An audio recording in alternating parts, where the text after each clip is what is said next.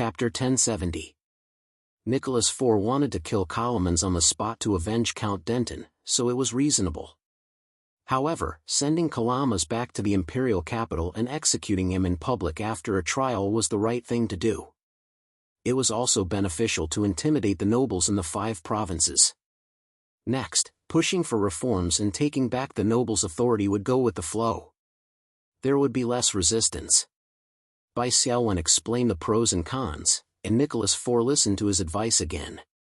Finally, Nicholas looked at the dark entrance to the Bosue gold mine and asked, "Dior, how did you know that the West Sand rebels were hiding in the mine?" Bai Xiaowen smiled and explained, "The distance between the mine and the Bosue castle, as well as its concealment, is the reason why the rebels chose to hide here. Actually, I'm not 100% sure, but as the source of the underground tunnel, the Bosue gold mine must be sealed. Regardless of whether the rebels are here or not, we still have to make a trip here. There's nothing to lose. It was best if the rebels were hiding here. They could be wiped out in one fell swoop. It was also fine if they weren't hiding here. Blocking the source of the underground monsters was also imperative." Nicholas laughed and nodded. He ordered the bishops, priests, nuns, and other clergymen to guide the imperial army to seal the underground tunnel. Bosue gold mine was then filled up. The clergymen set up a large-scale sealing spell to ensure that the underground monsters couldn't escape again. This process took a long time. It couldn't be completed in a day or two. Of course, Bai Xiaowen didn't need to stay here to supervise. He had other things to do. Capturing Calamas is of great significance. This means that the conservative nobles' camp has been destroyed. Auguste's original plan to replace him and become the only leader of the camp to obtain almost unlimited time in the Cane realm has been declared a failure. In a secret meeting attended only by Nicholas IV and the White Phoenix team, Bai Xiaowen sat below the emperor and analyzed the situation. "Then it's settled, right? The awakened. Yes, the opportunists from the other world can only stay in our world for a limited time. Once their mission is over, they'll be forcibly expelled." To accommodate Nicholas' understanding, Cecilia used a common term for the spiritual world. Bai Xiaowen shook his head. "Those speculators aren't fools." Despite knowing this, Andrei decisively gave up on Colomans and did not fight to the death. This means that they are not at the end of their rope. They still have a way out. Retreat. Everyone in the conference room fell into deep thought. Qiao Rui's eyes lit up. "The Lord of Plagues." "Correct." Bai Xiaowen's finger pointed to the north of Cain's map. "We already know that the speculators of the Divine Court have planted pawns in the Empire, the conservative nobles, the Drow Empire, and the forces of the Lord of Plague. This time, a large number of plague barrels of dead souls were buried in Bosue Castle. This means that the speculators of the God's Court are definitely influential in the Lord of Plague's forces. Their original plan was to choose the conservative noble forces to become the final unified faction and maximize the war contributions. But now that the conservative nobles have basically been wiped out, they have to change their plans and take other paths. The Drow elves have been tricked by them. More importantly, the Drow Empire is a matriarchal society, and the status of men is extremely low. It is naturally not suitable for these speculators of the God's Court to operate. Therefore, these speculators of the God's Court are very likely to completely surrender to the Lord of Plague and make the Lord of Plague's forces the final unified faction." Bai Xiaowen pointed to Bosue Castle and sighed. After all, from the perspective of the Lord of Plague, these speculators have just given him a big gift. "Currently, Bosue Castle has been quarantined," Nicholas IV said quietly. Nicholas IV said quietly, "The tragedy that happened in the northern lands cannot be allowed to happen again in the West Sands province.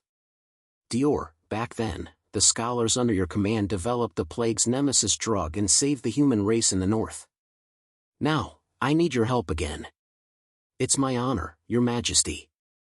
And as a human, from a humanitarian point of view, I won't sit back and watch the plague of the dead spread," Bai Xiaowen said righteously. Nicholas IV and Bai Xiaowen had dealt with each other many times, so of course, he would not be fooled by appearances.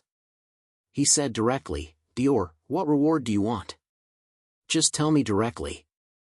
Bai Xiaowen was slightly embarrassed, then smiled and said, Your Majesty, in fact, I don't want any personal rewards.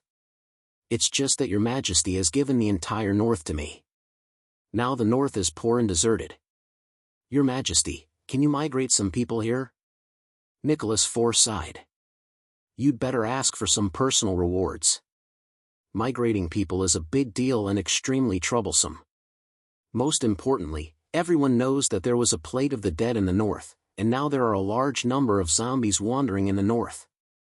Who would be willing to migrate there? I can't ignore the will of the people and force them to leave their homes. I see, Bai Xiaowen also sighed and said, large-scale migration is indeed difficult. I also understand Your Majesty's difficulties. Nicholas IV was slightly surprised. Bai Xiaowen looked up and said, However, the migration of dozens or hundreds of people should be easier to achieve. Nicholas IV was puzzled. It's like this. Baishur City is currently lacking top talents, Bai Xiaowen said with a smile. For example, my blacksmith shop can now produce better standard equipment, but the best equipment is still unable to be produced. Your Majesty, can you send some master craftsmen, master inscriptionists, master alchemists, and so on to my territory? To support the construction of the border. You're dreaming. Nicholas IV shook his head. How many top talents are there in total? You're asking for dozens or hundreds of them. At present, in the imperial capital, there are only 1 or 2 people who can be called masters in various industries, and most of them have great reputations.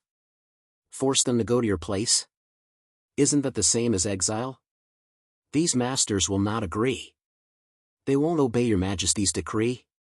Bai Xiaowen asked. First of all, my decree is equivalent to distorting the will of the people. My conscience can't be at ease. Nicholas shook his head. Second, even if those masters are forced by my decree to go to your Baishur city, how much enthusiasm will they have for work? Dior, you can force a horse to the water, but you can't force a horse to drink water. Chapter 1071. Your Majesty the Wise Emperor, I completely agree with you. Bai Xiaowen smiled and said, Coercion is the inferior method, but we can tempt them with benefits. After coughing, Bai Xiaowen said, Those masters are basically not lacking in money, and ordinary money is not very attractive to them. However, I have something that I can offer, a title. If the masters from the imperial capital are willing to come to Whitestone City and teach the top skills of various industries, I am willing to infect the northern land to them as their private territory. Every master who has a successful apprentice will receive a title starting from Viscount. It should be very attractive. Viscount with real power? Nicholas Ivy's thick eyebrows slightly raised. Nobles with real power must have their own fief, which was the biggest difference between nobles in name. However, enfeffing new nobles with real power meant that they had to cut off their own land and weaken their own power. Therefore, neither the royal family nor the great nobles were willing to do so. Bai Xiaowen smiled and replied, I do have this plan, but I need Your Majesty's approval. This involved the Empire's new policy. The old nobles had the right to divide their fief and enfeff new nobles with real power, but the new nobles could not.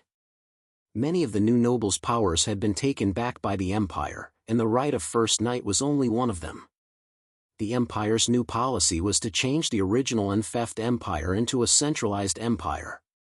It was no wonder that the old nobles of Shisha province opposed it.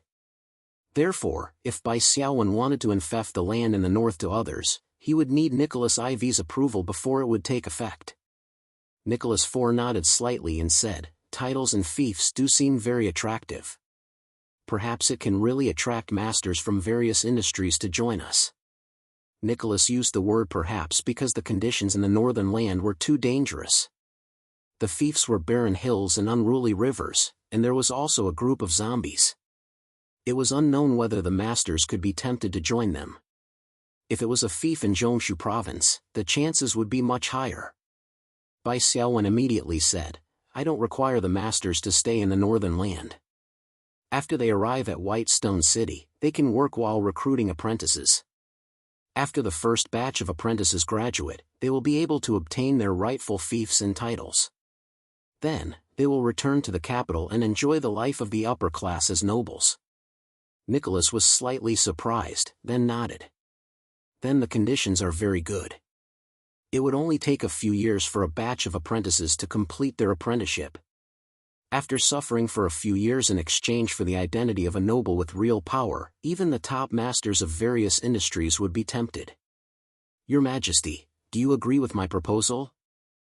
Bai Xiaowen asked. I have no reason to refuse, Nicholas replied. Your Majesty is wise. There was no need for Bai Xiaowen to use the speech he had prepared. It seemed that Nicholas had also realized the importance of the northern lands. The conservative nobles were annihilated, and the Drow Elf Empire was blocked. The only force left was the Lord of Pestilence. Where could they go if they wanted to attack the surface world? The underground passage of the Bosaway gold mine had been sealed, so they could only take the old route, the northern region, the territory of the remnants. At that time, the northern province was bound to become the front line of the confrontation between the two forces. At this time, strengthening the power of the northern region was something that Emperor Nicholas IV would be happy to see. What's more, Nicholas IV still had a lot of things to rely on by Xiaowen. Among other things, this batch of plague nemesis drugs was very urgent.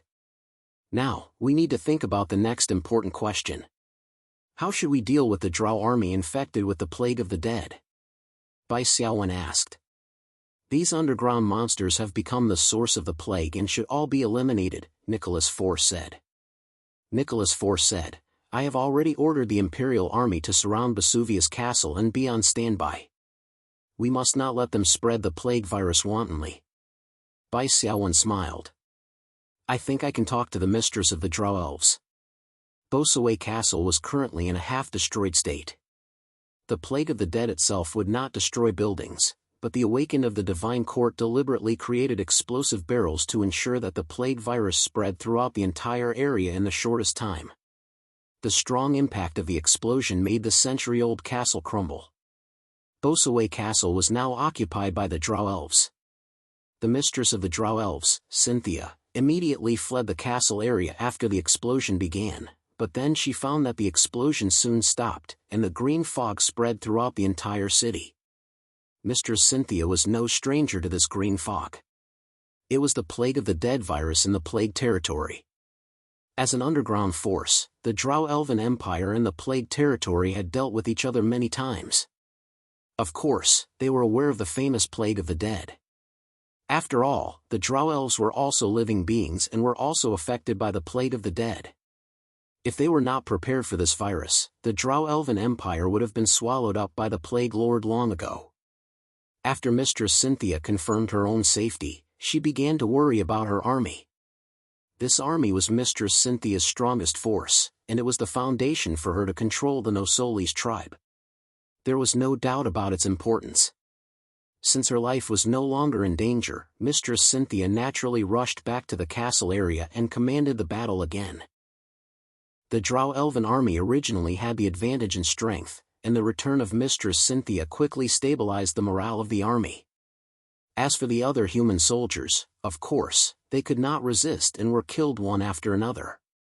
In the end, the Drow Elves took control of the crumbling castle, and after some simple repairs, they temporarily stationed themselves there.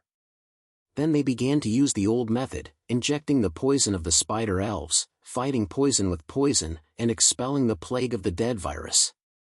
However, the results were not ideal. No matter how hard the Drow Elves tried, the old method did not work. The spider elves' poison could only barely suppress the spread of the plague virus, but could not completely eliminate it. Mistress Cynthia panicked. She finally thought of a problem. Mistress Cynthia, you should have thought of it earlier, Bai Xiaowen, who was sitting lazily on the back of the chair, said sarcastically. The Plague Lord knew long ago that the Drow Elves had the means to fight against the plague of the dead. It actually chose to use the plague of the dead to plot against you. Of course, it has enough confidence. This confidence comes from the strengthening of the plague of the dead virus, or rather, the improvement. Bai Xiaowen concluded with a sentence. Mistress Cynthia's face was expressionless, and she said coldly, "Arrogant man, if we were underground, your attitude would have been fed to the spiders. I need to remind you, don't use the Drow elves' female superiority to male inferiority." "I'm a genuine human," Bai Xiaowen said with a smile. "Feeding me to the spiders, aren't you afraid that the Nosolis tribe will be destroyed?" Chapter 1072. Li Shi, who was standing behind Bai Xiaowen as his personal bodyguard, had been beating a small drum in his heart. Bai Xiaowen's attitude in front of the matriarch of the tribe seemed a little too arrogant. This was not in line with Bai Xiaowen's usual style. In Li Shi's impression, Bai Xiaowen was the kind of person who did not care about his reputation and only cared about practical benefits. Bai Xiaowen should not have angered the leader of the spiritual realm in order to show off, causing the development of the plot to change. Bai Xiaowen's thoughts went deeper. In Bai Xiaowen's opinion, in the Drow society where women were superior to men, the status of men was extremely low. His negotiation with matriarch Cynthia would be looked down upon by the matriarch. Under such circumstances, blindly compromising would make the other party look down on him, which would do more harm than good to the negotiation. Bai Xiaowen's arrogant attitude could only lead to two extremes. The first was that the other party would become angry and start a fight, causing the negotiation to break down. The second was that matriarch Cynthia realized that Bai Xiaowen's negotiating attitude was tough, and would restrain the way the Drow dealt with men. The first possibility could be ruled out. As long as matriarch Cynthia was not a complete idiot, she would not fight for the tribe's future based on personal feelings. Bai Xiaowen crossed his arms and observed matriarch Cynthia with interest. Matriarch Cynthia's expression was uncertain. "Human, do you have a way to help the tribe? Tell me. Now the Nosolis tribe should be trapped by the plague of the dead. I want to confirm something first. Is the method you use to fight against the plague of the dead completely ineffective, or is it only partially effective? What is the specific situation?" Matriarch Cynthia said patiently, "It can only have a suppressive effect. The plague of the dead this time is very violent. Some experimental subjects did not survive the night, and the plague virus in their bodies broke out, turning them into the plague of the dead. The original plague virus had an incubation period of at least half a month. Even if the virus broke out, there would be a slow transformation process, but it's completely different now. That's normal. Times are changing and technology is advancing." Bai Xiaowen stared at Mother Cynthia. "How effective is your method of suppression? How long can it suppress the plague virus?" "I don't know." Matriarch Cynthia was a little irritated. She suppressed the anxiety in her heart and said, "At present, the clansmen who have been injected with the spider's poison have not shown any signs of turning into the undead of pestilence, but the virus has not been expelled. Two priests who studied the virus made a prediction that the suppression time will not exceed a month." "I understand." Bai Xiaowen nodded and said, "My method of helping the Nosolis tribe is to create the antidote." "Antidote? Human, do you know what you are saying? If the Plague Lord's virus could be cured so easily, he would have been devoured by us a long time ago." Matriarch Cynthia clearly did not believe him. "There's no benefit in lying to you on this point. In fact, my territory was once invaded by the undead plague. Just 2 years ago, the Plague Lord sent out a large number of plague spreaders to join forces with the sinful Dominion survivors to wage war against me. But in the end, the chief of the sinful Dominion survivors was killed, and my territory was saved." Matriarch Cynthia's expression softened, but she thought of something and said dejectedly, "We could have cured the plague virus 2 years ago. But now, the Plague Lord has improved the virus. It has become more violent and the time it takes to break out is shorter. It won't be so easy to cure it. For the plague virus, the scholars under my command took less than a week to complete the formulation of the antidote." Bai Xiaowen said with a smile, "With this foundation, it shouldn't take too long for him to formulate a new antidote for the new plague virus." After Bai Xiaowen threw out the shocking piece of news, he began to monitor Matriarch Cynthia's subtle expressions. When she heard the news, Matriarch Cynthia's eyes suddenly narrowed, and her breathing stopped for about 2 seconds. Her fingernails even turned white from the subconscious exertion of force. Although Matriarch Cynthia forced herself to regain her composure after a moment of shock, acting as if she was not at all shocked by Bai Xiaowen knew that he had gained the upper hand in the negotiation. The first step in the negotiation was to tell the other party what he could do, and accurately grasp the importance of him in the other party's heart. Next was the second step, which was to ask the other party to do something. "Speak, what do you want me to do?" Matriarch Cynthia was indeed smart. Without waiting for Bai Xiaowen to speak, she threw out the question directly. "I want an alliance." Bai Xiaowen said, "To be precise, an alliance to attack the Plague Lord's forces from both sides. You need to do two things. First, convince the other tribes of the Drow Elven Empire to wage war against the Plague Lord in the underworld. Second, lead the elite army of the Nosolis tribe up north and crusade against the sinful realm." Matriarch Cynthia was shocked. She did not expect Bai Xiaowen to have such great ambitions. She could not help but say, "No, before you refuse, I suggest that you think about your own situation," Bai Xiaowen said calmly. "Matriarch Cynthia, do you have a choice? This is too crazy."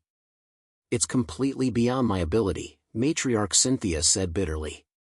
Mother Cynthia said bitterly, "The Empire is not as monolithic as you think. Every tribe has their own plans. I don't have the ability to convince the other tribes to declare war on the Plague Lord when the future is uncertain." "That's too bad." Bai Xiaowen shrugged. There was a trace of ruthlessness in Matriarch Cynthia's eyes. She was at her wit's end. If she could not reach an agreement with Bai Xiaowen, she would not hesitate to use force to coerce him. "Let me remind you, Matriarch. My companions and I have the ability to leave this plane at any time." Bai Xiaowen opened his palm, and the town portal scroll emitted a slight wave of psionic power. "If I didn't have a backup plan, I wouldn't have dared to bring only one person to visit the Drow Elven Matriarch." Matriarch Cynthia was at her wit's end. She slumped back on the main seat and sighed. "You win. Lord Dior Kale Bloom, I can accept your second condition. As for the first condition, I can only promise to do my best. I'm not sure if I can succeed." "Deal." Bai Xiaowen smiled and nodded. He did not expect Matriarch Cynthia to persuade the entire Drow Elven Empire to participate in the war. The second condition was his ultimate goal. With such a powerful Drow tribe, the safety of the northern region would not be a concern in the short term. Chapter 1073. Matriarch Cynthia had her reasons for agreeing so quickly. According to the information collected in the past 2 days, the conservative nobles had been wiped out by the Imperial Army. Agreeing to Bai Xiaowen's conditions was tantamount to making peace with the Empire. Otherwise, it would only be a matter of time before the Drow army faced the Empire's Western Expedition Army without any help. Moreover, the Drow had always had the trait of changing faces faster than flipping a book. It would not be too late to act according to circumstances after getting the antidote. For now, let this human Xiao Bai be smug for a while. It was possible for Nosolis' army to move to the Northlands, but it was impossible for this pretty boy to use the antidote to bind the tribe's elites to the Northlands and make them work for him for the rest of their lives. That was what Matriarch Cynthia thought. Li Shi whispered in the party channel, "Xiaowen, do you want to sign a notarized contract with this group of Drow? Verbal promises are too unreliable." Bai Xiaowen could only smile bitterly in secret. If possible, signing a notarized contract would be the safest. For people in the spiritual world, a notarized contract with the spiritual world's rules was equivalent to making an oath to the god they believed in. Breaking it would cost a lot. However, the god the Drow believed in was very special. As a temperamental evil god, the Spider Queen Wolf liked believers who were good at scheming. Tearing up a contract for benefits was in line with the Spider Queen's teachings. Simply put, never believe a Drow's oath. A sinister and cunning Drow would even go back on his word, as long as he could obtain considerable benefits, to please the Spider Queen. However, without signing a notarized contract, Bai Xiaowen did not feel guilty. No one was bound by an oath. In the following cooperation, who would have the last laugh and obtain the greatest benefits would be nothing more than their own skills. When they arrived in the northern province, in Bai Xiaowen's territory, these drow would not be able to do anything. I wish us a happy cooperation.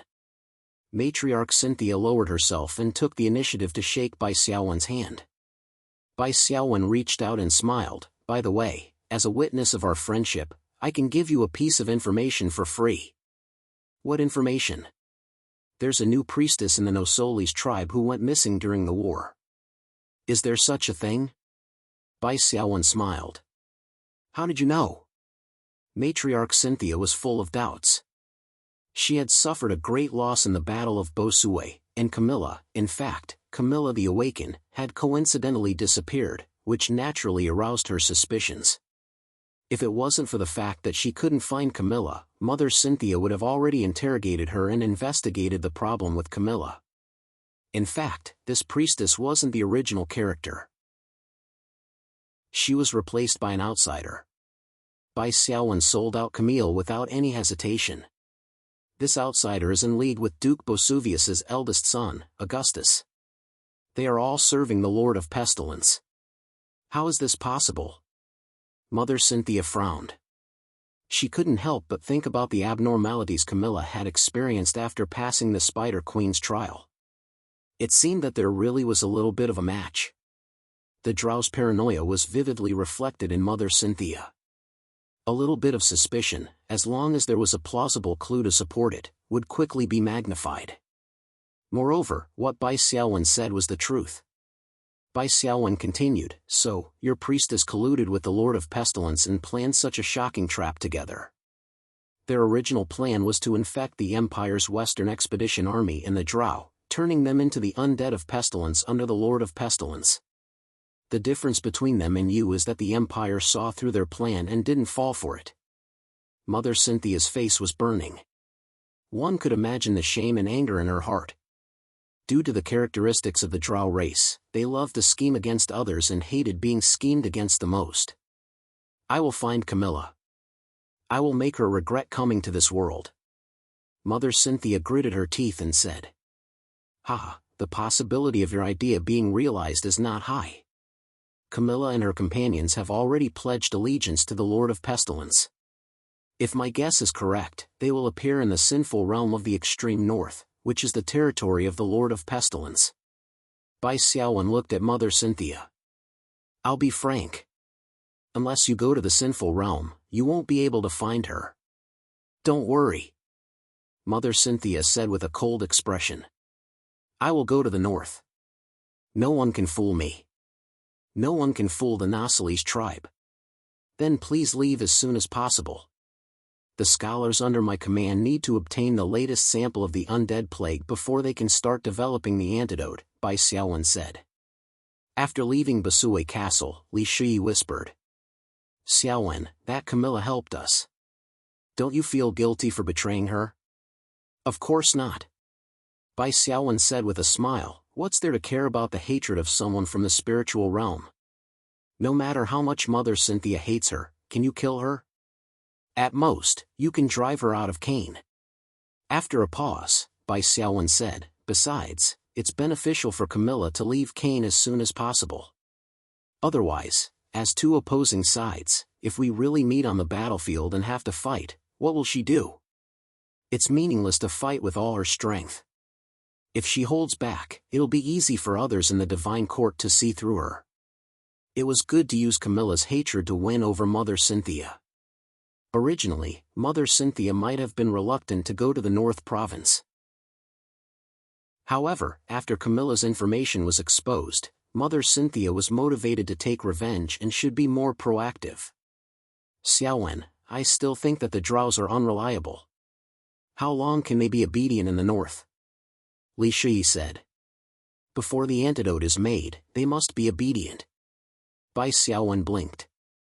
"When the antidote is made, I have the final say." Li Shi covered his forehead. "You defeated me again. But we can't keep delaying it." Bai Xiaowen laughed. "Shi, don't worry. We won't keep delaying it. Someone is more anxious than us." In a dark basement. the leaders of the Divine Court training camp were having a secret meeting. There were a total of 6 people, including Monitor Ogiest, Deputy Monitor Richard, and the 4 leaders of the Intelligence Group, Suppression Group, Assault Group, and Support Group. Everyone, our grand unification plan has suffered a serious setback. However, this doesn't mean anything. We still have a chance of success. The speaker was Andre, the leader of the Intelligence Group in the think tank of Class 129. He seemed to have recovered from the blow of failure, and his eyes flashed with determination. Now, our biggest problem is time. We must make a big move before the end of the 3rd stage of the main mission. Chapter 1074. Ogiest said, "That's right. The fake emperor has been captured by the Empire's army. The conservative aristocrats' camp can be said to be close to being wiped out. I can't even become the leader of the conservative aristocrats, let alone ascend to the throne. Of course, there's no way I can stay here indefinitely. The intelligence team has to take responsibility for the failure of the plan this time." Deputy Squad Leader Richard's face was expressionless as he said calmly, "As an Awaken, we were made a fool of by the spiritual world. We didn't even know when the Imperial Army came and surrounded the gold mine. Andre, everyone needs an explanation." Agreed. The leader of the support team, Alberta Gladely, added, "The intelligence team is indeed responsible for the failure this time. After we return, the Newcastle family will pay the corresponding price. However, now is not the time to pursue responsibility. The most important thing is to unite and find a way to break out of this situation." Andre's face was cold as he continued, "Also, Lord Richard Quill, shouldn't you be the happiest person after the failure of the original plan?" "What do you mean? I don't understand." Richard frowned. "Our original plan was for the conservative nobles. As a unified faction, it's the most beneficial for the squad leader. After all, his identity is there. As for the other factions, the Imperial Army mixed in with the intelligence team, the Drows mixed in with Camille, and the Plague Territory mixed in with the deputy squad leader. It can be said that they all serve the unification of the conservative nobles." After a pause, Andre continued, "Now that the conservative nobles have little hope, our strategic focus has shifted.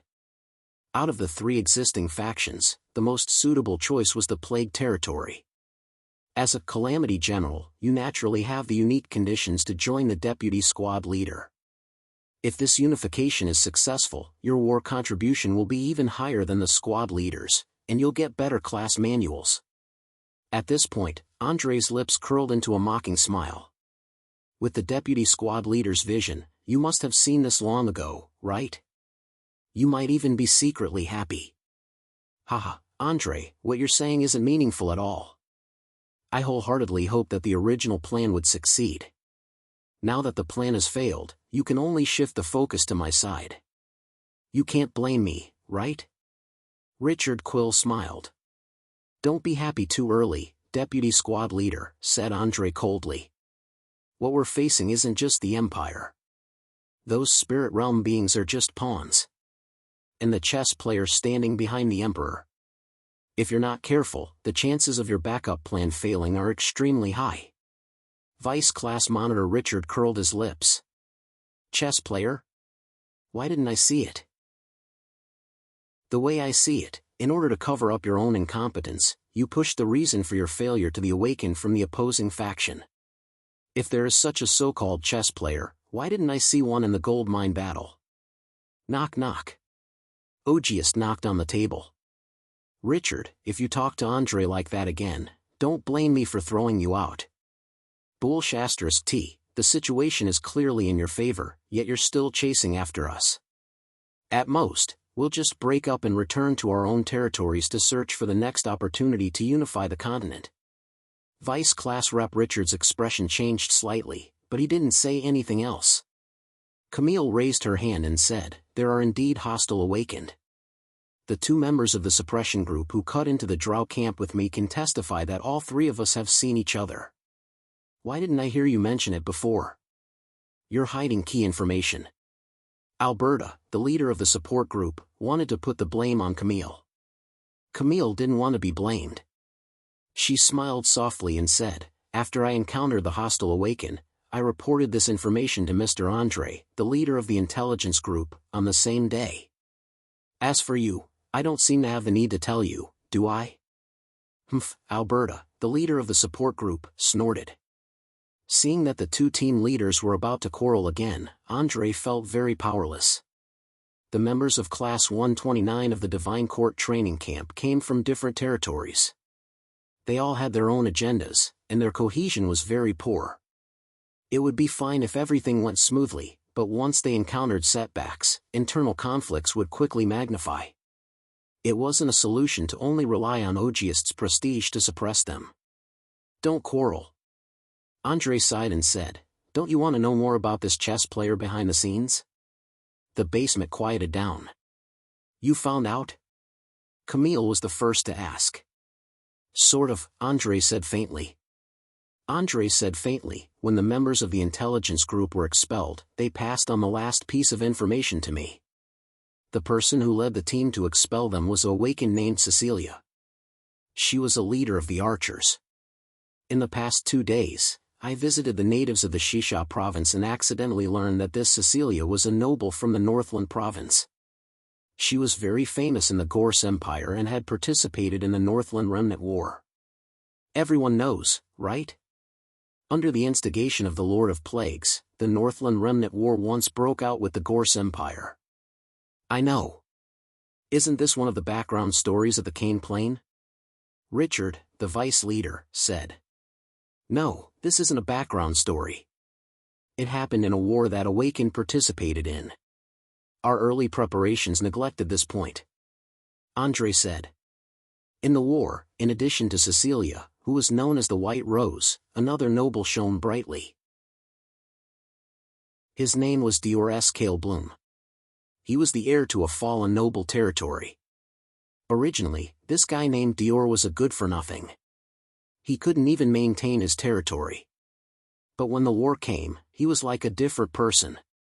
He raised an army to eliminate bandits, investigate the necromancy plague, and even annexed another territory controlled by the Lord of Plagues. In the end, he even killed the commander of the Remnant War, Chief Absalom Ersley. Because of his cruel methods, he was known as the cold-blooded devil of the Northland. Andre looked around at everyone. "What does this experience remind you of?" "Wow, this Dior is definitely an Awakened," Ogiest said, stroking his chin. Andre nodded his head. "That is right. He is a very powerful Awakened. During that war, he had obtained a lot of benefits. The biggest benefit he obtained was a quasi-territory." Hearing the words quasi-territory, everyone in the basement was shocked. Is he really that abnormal? He even got a quasi-territory. This guy must be from the Starlink. "I don't know which large territory he is the heir to," Andre said faintly. Andre said indifferently, "We chose the Cane Dimension as the Grand Unification trial plane and have already sent out a note to the major forces of the Starlink. If this Awaken comes from a major force of the Starlink, they will definitely raise objections to us, because the Grand Unification of the Cane Dimension violates their important interests. But we didn't get any feedback. Instead, we were caught off guard. What does this mean? There are 2 possibilities. First, he comes from a major force that opposes the Celestial Court. He knows that verbal objection is useless, so he simply sabotaged our Grand Unification plan secretly. Second, he is not the heir of a major force of the Starlink at all. He is just an Awakened from a small force with excellent strength and excellent luck. No matter which possibility it is, we have to play with him." Ogiest laughed. "That's right. That's why our next target is here." Andre suddenly pointed at the north of the Gorse Empire. Chapter 1075. After leaving Cecilia behind and arranging all kinds of backups, Bai Xiaowen left the Cane Plain early with the rest of the White Phoenix team. This time, it took nearly 3 days, and the final result was quite satisfactory. They successfully thwarted the Divine Court training camp's plan of unification, and predicted that they would seek refuge with the Lord of Pestilence. As long as they didn't cause any major incidents in the north and trigger new main missions, the time limit of the spiritual realm's rules would forcibly expel these awakened from the divine court. There were less than 2 days left to stay in the Cane Plane under the permanent fiefdom order, so they had to use it sparingly. If the situation went wrong, Bai Xiaowen had to participate in the battle and turn the tide even if he had to expose his identity. The information that Cecilia sent back time and time again was all good news. Nicholas IV did not go back on his word. After returning to the capital, he immediately issued a decree to recruit the top masters of various industries to support the construction of the North. With the temptation of a title and fiefdom, many top masters of secondary professions were tempted and began to sign up to join the White Stone City. It was worth mentioning that the masters who signed up were all middle-aged men in their 40s who were in the prime of their lives. Those who were too young had not yet reached the threshold of becoming a master. Those who were too old wanted to live a comfortable life and were unwilling to go to the north to suffer. This was good news for Bai Xiaowen. Masters in their 40s were at the peak of their career. They might be weaker in recruiting disciples, but their exquisite skills and exuberant energy could bring more profits to the territory. The prerequisite for a title was to recruit a disciple. As for the standard of completing the apprenticeship, one had to be at least a quasi-master who could create standard gold equipment, or high-level magic scrolls. It didn't matter if it took a long time to teach a disciple. Anyway, these masters had to serve the White Stone City before the disciple completed the apprenticeship. It was better if the disciple did not complete the apprenticeship. Moreover, the master would definitely not go alone. He would often bring some assistants, family members, and the usual tools and equipment. It was no exaggeration to say that the arrival of a master meant that an industry in the White Stone City had a nearly complete system. In addition, Nicholas IV also vigorously supported the construction of the North. Every day, large quantities of materials were sent to the North from the central province. It had to be said that His Majesty was very generous. Of course, Nicholas IV did this not only because of his relationship with Bai Xiaowen, but also because the North would become the main battlefield against the Lord of Pestilence in the next stage. The stronger the North was, the more time it would give Nicholas IV more time to carry out reforms and clean up the mess left by the conservative nobles. And as time passed, the bad news that should have arrived finally arrived. In the Xin domain, the survivors who had been forced to retreat, once again regrouped and approached the northern province, the Black Cliff defense line. According to Cecilia's understanding, ever since the previous defeat, the Xin domain remnant citizens' power had shrunk by a lot, since even great chieftain Abu Solon had died. Of the Blaxes' territories. Of the Blaxes' territories. Of the territories SSS.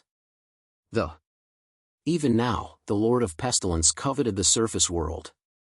To him, a large number of creatures on the surface world were a source of cheap and good soldiers.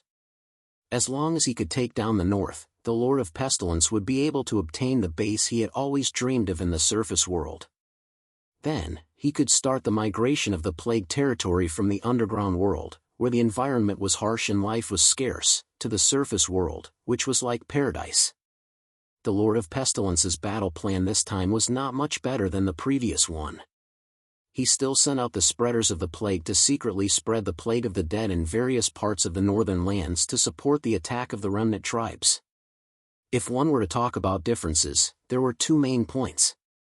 First, the plague of the dead had been improved and became more violent and difficult to suppress. Second, a group of Divine Court Awakened had joined the Lord of Pestilence's camp. For the Divine Court Awakened, this kind of mission of infiltrating the enemy's hinterland and causing destruction was exactly what they were good at. If they could take down the North Province and let the plague territory migrate to the surface world, they would definitely be able to start a new unified main storyline mission. At that time, they would be qualified to stay further. This was also Andre's backup plan. However, Andre still didn't know what Bai Xiaowen's plan was for them. In the northern wilderness, deep in a deserted cave, a bonfire was flickering, and 7 or 8 Divine Court Awakened were sitting around it. The ruins of River Claw Town, the half-mountain territory, the Birch Castle. These places have already been contaminated by the plague of the dead. We're almost done with our preparatory tasks. Andre coughed twice, pointed to the map, and said, but these places are already deserted, and there are basically no living creatures. If we want to completely destroy the North's defensive power, we must pollute these 2 places. Andre's finger pointed to 3 places not far from the map: Byshire City, formerly Maple City, and Blackrock City. These were the only 2 densely populated cities in the North, especially Byshire City, which was now thriving. This prosperity also made the Awakened in the Divine Court training camp all kinds of envy and jealousy. This quasi-territory was so well managed that it would bring in a lot of income every year. It was simply an open-air gold mine. Since they didn't have such a quasi-territory, no one else could have it. I've tried to sneak in, but Byshire City's defense is very tight. There's basically no loophole, said Awakened. Can't we change our focus? Since the Lord of Byshire City is the Awakened named Cecilia, then isn't it okay to get rid of her? Ogiest said. Andre said in a deep voice, since we came to the North, we haven't seen Cecilia with our own eyes until now. This person seems to be vigilant and has been hiding under the heavy defense of Byshire City. We can't find an opportunity at all. After a pause, Andre continued, however, I have sent the 2 Earth natives to inquire about Cecilia's route of activity. Once we find an opportunity, we can carry out the assassination. At the very least, we must force her out of Kane's plane. Why did you send the 2 Earth natives? Ogiest was puzzled. Because Ouyang mentioned it to me, and it made me very concerned. Andre said slowly, this Cecilia has the same name as Awakened from a small force on Earth. I don't know if it's a coincidence, but as long as Ouyang sees her again, he can confirm it. Chapter 1076. Even if it's confirmed, what's the point? Our interstellar alliance can't directly affect the natives of Earth. Ogiest was confused. No, Ouyang told me. Andre recalled and said, the Cecilia he met was a native of the spirit realm. Later, she became a follower of a native Awakened from Earth. Yes, it's the cold-blooded demon of the North we mentioned before, the one who went by the alias of Dior Kale Bloom. I have a hunch that this person is likely to become a formidable opponent. If it's confirmed to be him, I need to start collecting information about him in advance to prepare for future confrontations. Andre clenched his fists. This time, we were in the open, while they were in the dark. They ruthlessly tricked us. Next time, I will never give them such a chance. Relax. Ogiest laughed. Why do you always remember the past victories and defeats in your heart? It's enough to do what's right now. However, before Ogiest's voice fell, the dome of the cave suddenly trembled with a buzzing sound, and gravel rustled down. What's going on? Earthquake? The Awakened in the underground cave were all bewildered. Andre abruptly withdrew his spirit power and compressed his wide-range perception to a small-range precise scan. His expression suddenly changed. Not good, there are enemies. There are a lot of them. Where? Ogiest suddenly pulled out a golden spear. Above us, below us. Everywhere. Andre's face was pale, but before his voice fell, a pair of spider legs as powerful as spears pierced through the earth and stone behind him and pierced toward his back.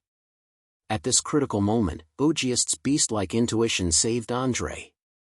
The former roared angrily, and the golden spear drew a dazzling arc. Under the tremendous force, the 2 spider legs were forcibly broken to the ground. Then, a spider sprite that had been partially crippled stumbled out of the rock wall. Its human upper body was exposed, and its scarlet eyes shot out a venomous light. The ground squirmed irregularly, and clumps of mud monsters rushed out. Let's go! Escape back to the surface. Andre said in a hurried voice. He knew that the most dangerous place came from above. Rumble! The ceiling of the cave collapsed, and countless rocks fell down, burying the group of people alive. The captain of the knights, Marco, stood on a high hillside. Beside him was an army of drows. Mistress Cynthia was barely able to control her temper as she dealt with this lowly human male. After all, this human male's report would affect the fate of the Nosolis tribe to a certain extent. The surprise attack was extremely effective. The enemy did not react at all, Marco said. Of course, the drows themselves are the kings of surprise attacks. Mother Cynthia was rather proud. We have a whole set of effective tactics to evade the mental senses of the mages. However, the city lord said that these otherworldly speculators aren't easy to deal with. Priestess Camilla, who once had high hopes for Her Excellency the Matriarch, is just an ordinary member. Marco reminded. Camilla. That bitch, she definitely won't be able to escape from my grasp. However, before Mother Cynthia could finish, the collapsed ground shook again. Large rocks were thrown out from the bottom of the pit. This scene was somewhat shocking. These heavy rocks were like gravel as they were shaken and scattered in all directions. The group of people who had been buried at the bottom of the pit saw the light of day again. And standing at the front of the group of hunters at the bottom of the pit, the hunter who was as strong as a bull held a large rock in one hand and grinned. Whoosh!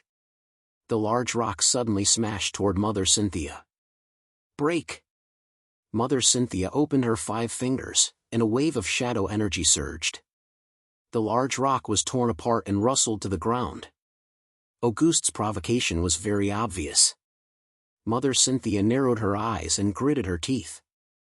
Kill them all. Especially that trash who dared to throw rocks at me. Kill without mercy. Amidst the shouts, the drows began to besiege. For the hunters of the Divine Court, it was still not enough to fight against an entire army with only 7 or 8 of them. What's more, they were suddenly attacked and almost buried alive. Everyone's condition was not good, and some unlucky ones even had less than half of their health left. They had no capital to fight against the drows. Break out of the encirclement, don't fight. Auguste held the golden spear in his hand and rushed into the crowd of the drows. Where the spear was raised, blood rained down. Auguste was not a reckless man. The first wave of provocation was intentional. His purpose was to attract the hatred of the drows so that his companions could escape. As the golden spear was waved, traces of blood mist were even absorbed into Auguste's body. He was bathed in blood, but the more he fought, the braver he became. Monitor. Andre was a little unwilling and lonely. Let's go. I can leave whenever I want. Auguste said confidently. Andre sighed. It's useless. We have no hope. The White Stone region had come to them in advance and had reached a strategic alliance with the drows. The lack of these 2 pieces of information was fatal. This was also the aftereffect of the defeat in the Shisha province. All 4 members of the intelligence team under Andre were expelled. He lost his eyes and ears, causing the intelligence ability of the Divine Court training camp to be greatly reduced. They could only send members such as the suppression team, the assault team, and even the auxiliary team to temporarily collect information. Compared with the professional intelligence team members, the efficiency was too low, and it was easy to miss key information. The greatest advantage of the hunters in the spiritual world was the asymmetry of intelligence and information. They could flexibly break the weakness of the spiritual world army. However, a head-on battle was not their forte. When they were besieged by a large number of spiritual world army, they were doomed to lose. Don't tell me to give up until the last moment, Auguste said angrily, which was rare. Andre. Listen to me, King, break out immediately. Send the signal to assemble when you reach a safe zone. Andre sighed and could only follow the other hunters to kill their way out from another weak direction. These Divine Court hunters indeed had their own unique skills. After throwing out several powerful skills, they actually killed their way out from the side. The corpses of the drows, scimitar warriors, and spider elves were everywhere. However, there were also Divine Court hunters who were attacked multiple times, and their life points were dangerously low. When all their trump cards were exhausted, they could only use the return item and transform into white light to escape from the Cane Plain. 1, 2. Looking at the flickering white light, Auguste felt a little depressed. He had no other choice. Stalling the elites of the Drows was already his limit.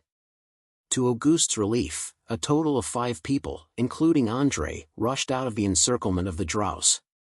However, in the next second, Auguste's expression changed. No, on the hillside, the captain of the knights, Marco, raised his lance. Behind him, rows and rows of archers were ready to fire. Release the arrows. The sound of dense raindrops piercing through the air rang out. The rain of arrows completely drowned Andre and the others. Andre shook his head. I said, there's no hope.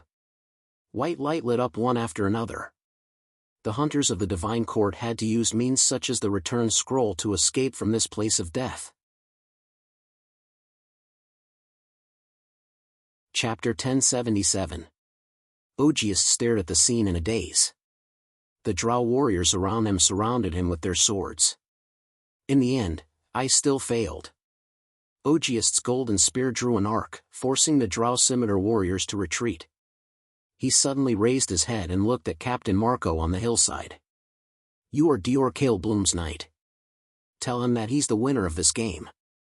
However, I swear in the name of Auguste Barros that if we meet again, I will defeat him and win. Ha ha ha ha. White light flickered, and Auguste Barros' figure disappeared. Marco's palms were sweaty. He could see Auguste's strength. If he fought hard, it was still possible to break out of the encirclement. But for some reason, Auguste chose to give up. If Bai Xiaowen were here, he would understand Auguste's thoughts. Andre, the think tank, had been expelled, and most of the awakened Divine Court subordinates had been lost. Auguste, the leader, had become a commander without an army, leaving only Ouyang Heng and Camille, the 2 Earth natives. There was not much time left for the original trigger of the 3rd stage of the main mission. Auguste alone could no longer complete Andre's plan and set off monstrous waves in the north. Therefore, it was meaningless for Auguste to continue to resist. As for why he didn't break out of the encirclement and leave in a safe area to save a return item, the reason was even simpler. This thing was regarded as a treasure by the average person, but Auguste had plenty of it, so he didn't feel distressed at all. White Stone City. After Cecilia learned the news, she breathed a long sigh of relief. The biggest unstable factor in the White Stone region has been solved. There are not many awakened warriors left in the Divine Court training camp. After the leader withdrew, it will be difficult for the others to make a difference. Captain Marco said, before the leader of the speculators from the other world left, he asked me to pass a message to the Lord. After listening to the retelling, Cecilia smiled. He doesn't understand the gap between him and Dior. This time, Dior had only used half of his intelligence to destroy his grand unification plan. If Dior had stayed in Cain long enough, he wouldn't even have had the chance to say that. When the captains of the knights saw Cecilia's smile and her faint pride, they sighed inwardly. Their mistress had truly fallen in love with this man. However, as knights, it was their duty to be loyal to their lord. The 3 of them would not change their loyalty just because Cecilia liked someone. Is there any movement from the Drows? Cecilia asked again. Lady Cynthia urged us to give them the improved version of the plague's nemesis drug as soon as possible, Captain Tim said. Contact Zombie Doctor and see how his preparations are going. Not long after, the image of the Zombie Doctor's head and goldfish eyes appeared on the magic communication incantation. Compared to before, Dr. Zombie's appearance had changed. He wore a pair of tortoiseshell glasses and gave off the aura of a scholar, if you didn't pay attention to his incomplete yellow teeth and green skin. After hearing Cecilia's question, Dr. Zombie snapped his fingers. Esteemed Lady Cecilia, you're underestimating my research ability too much. With the original plague's nemesis drug as the foundation and the sample of the improved version of the undead plague virus, developing the upgraded version is a piece of cake. Give me 3 more days and I'll definitely succeed. Cecilia cursed inwardly. Dr. Zombie had gotten the sample more than a week ago, but he still needed 3 more days to complete it.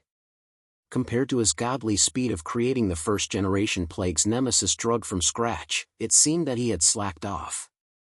Without Dior, he couldn't control this guy. Of course, this speed was already astonishingly high for the native scholars of the Cain Plain. In fact, the Lord of Plague had spent more than a year improving the undead plague virus. Dr. Zombie, don't make it public for the time being after developing the finished product, Cecilia said. The plague's nemesis drug is the only way we can restrain the drows. These monsters are capricious. If they get it in advance, I'm worried that there will be variables that will affect the overall situation of the war against Sin Realm. Let them fight with the monsters of Sin Realm for a while first. It's up to you, esteemed lady. I'm a pure scholar. I'm only responsible for scientific research, Dr. Zombie said. Well then, pure scholar. Don't forget Dior's instructions. Cecilia was speechless for a while and could only bring up Bai Xiaowen.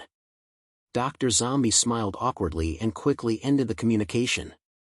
On the plague territory's side, without the awaken of the God's Court, the remnant army of Sin Realm didn't dare to rashly attack the south.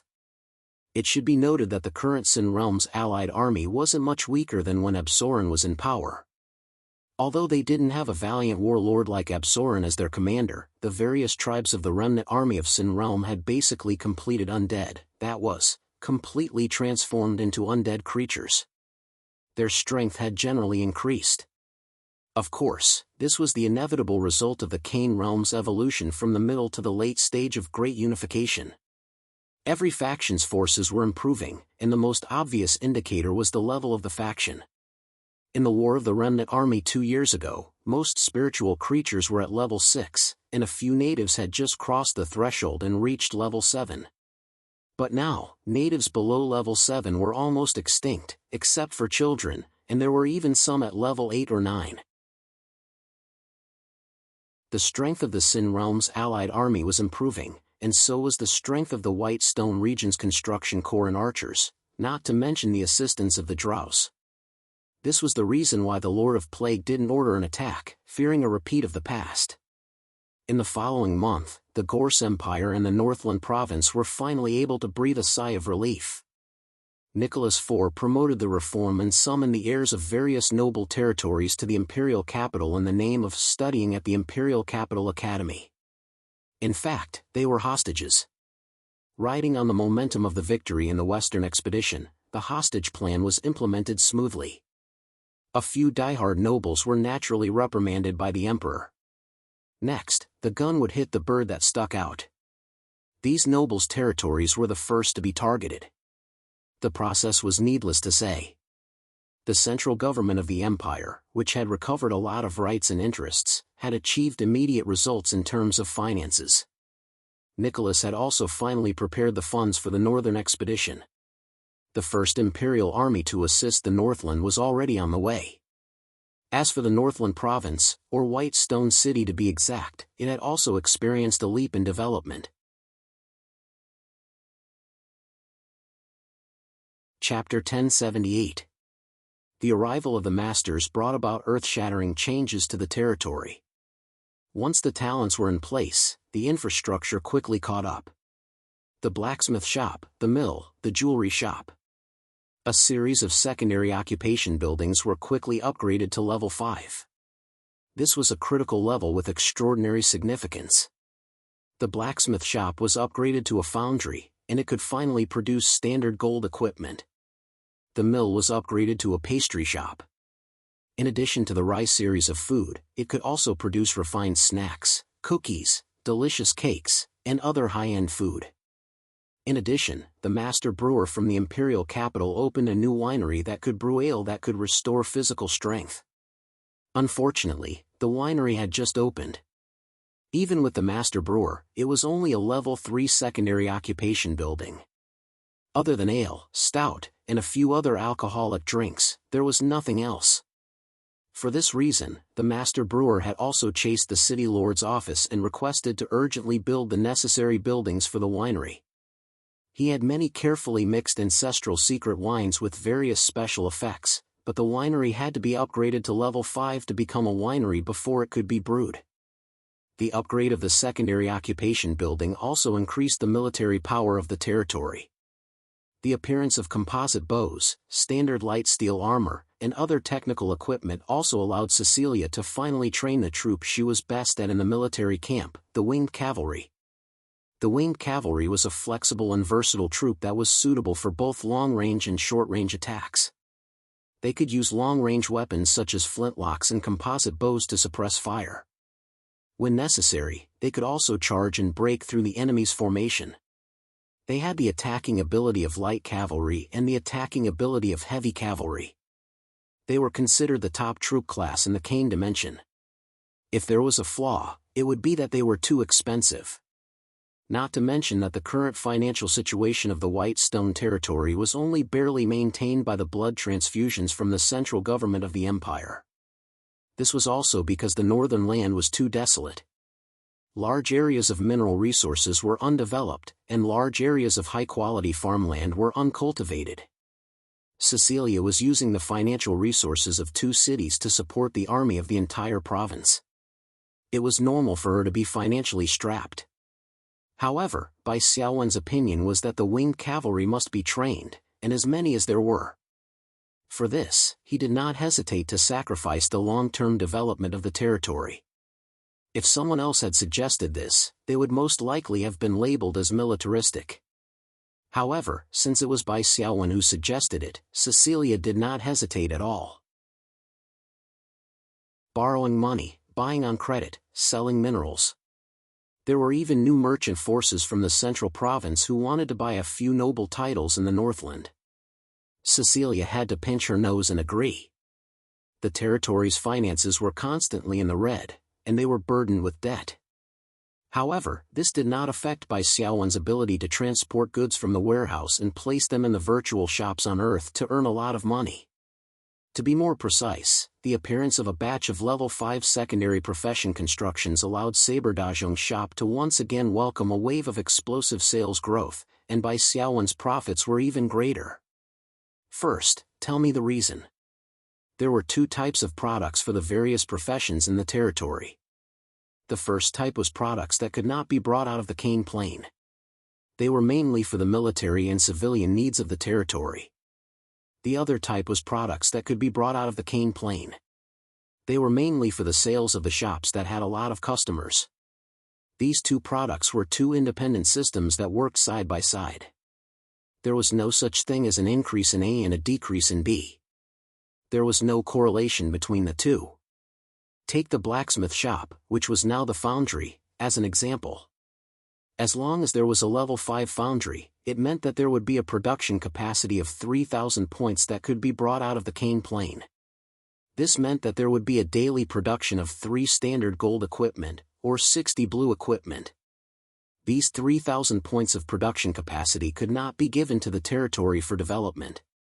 If there were 60 standard blue equipment produced, even if Bai Xiaowen wanted to give it to the territory's army, he would not be able to use it.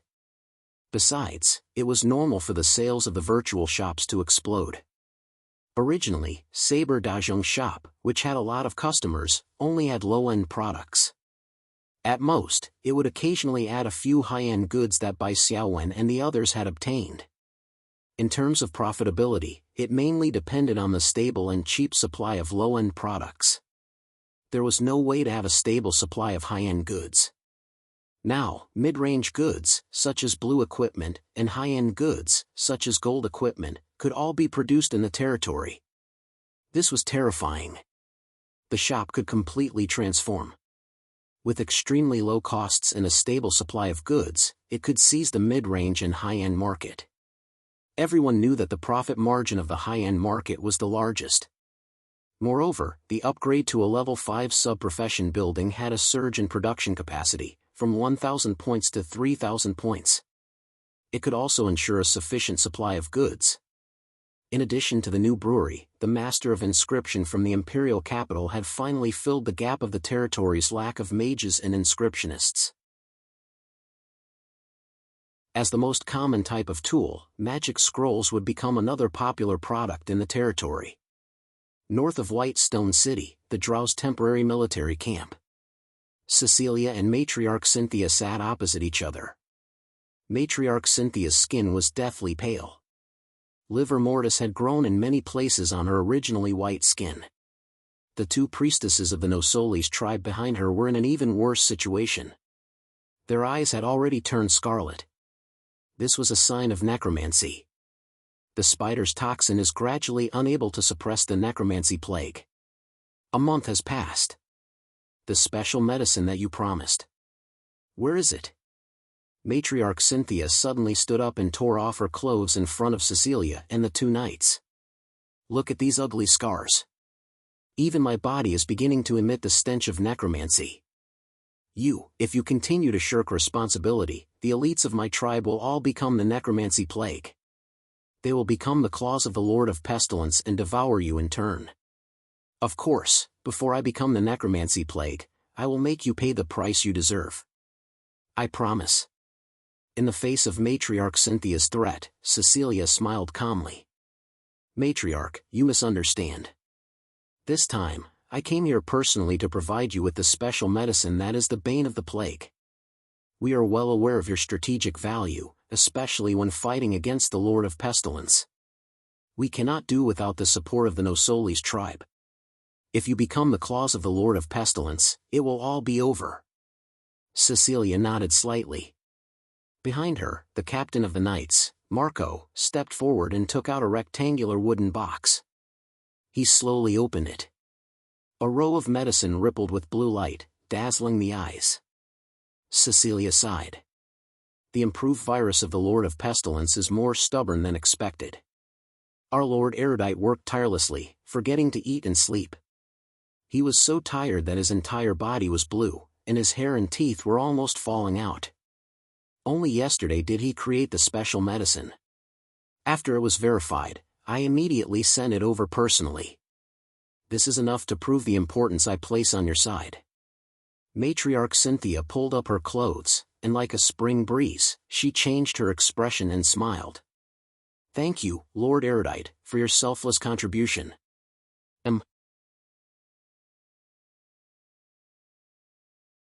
Chapter 1079. Are there only these few potions? Matriarch Cynthia asked. Of course not, this is only the first batch of finished products.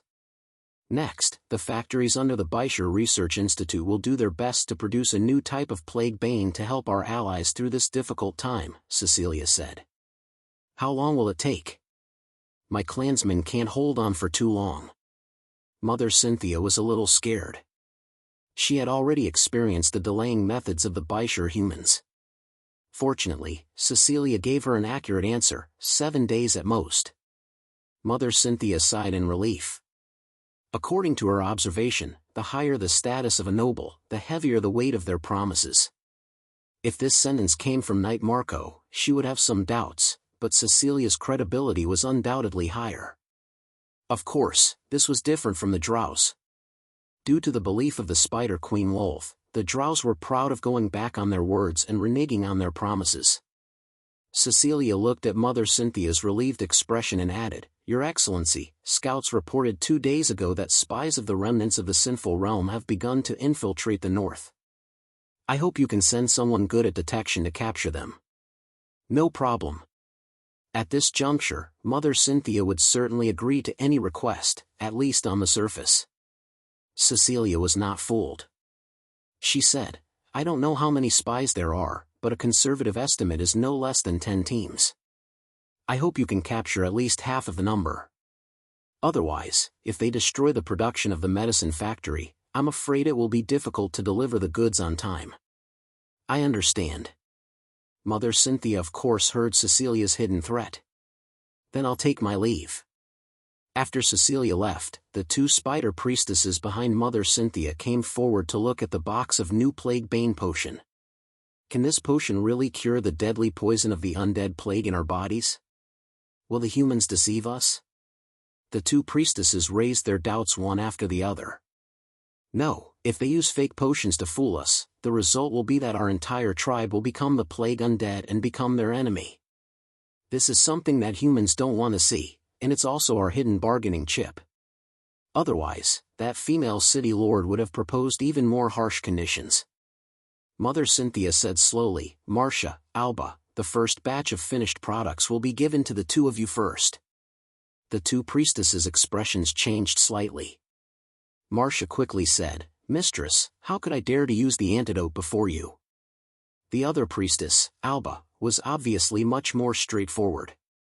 "Mistress, if you want to test the efficacy of the medicine, you can find a few ordinary people."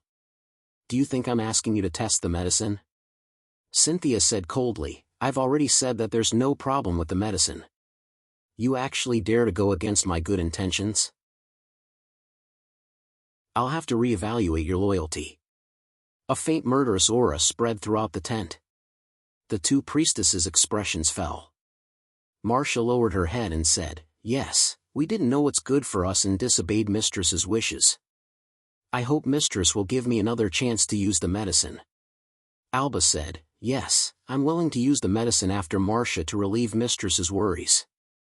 Marcia cursed in her heart, but under Cynthia's coercive gaze, she still obediently picked up a tube of the new plague antidote and drank it in one gulp. "How is it?" Cynthia asked. "No. I don't feel anything." Marcia was stunned for a moment and carefully sensed it. Indeed, she didn't feel anything. The pale skin and scars on the surface of her body were still the same. "The humans used fake medicine to deceive us," Alba shouted angrily. Before her voice died away, Marcia's expression suddenly changed. She sat on the ground holding her stomach and screamed suddenly. "It's poisonous. The humans have ulterior motives. They actually gave us poison." Alba rejoiced in her heart. "Shut up." Mother Cynthia was much calmer. She reprimanded, "Look carefully, the livor mortis on the surface of Marcia's body is slowly fading." That was indeed the case.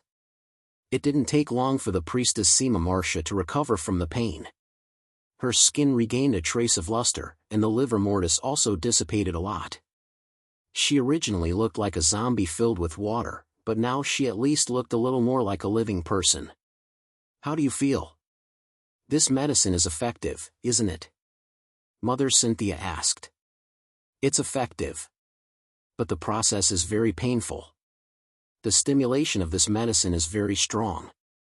Moreover, I haven't fully recovered. I should need at least 2 or 3 more doses of this medicine to completely eradicate the plague virus." Marcia was rather glad to have survived the disaster.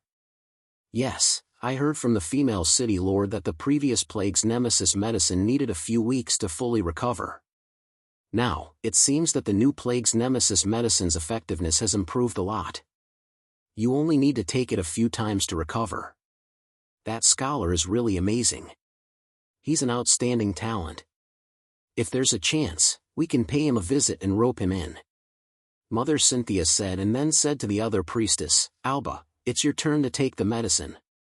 After Bosue's upheaval suffered a great loss, Mother Cynthia's sense of crisis was very strong.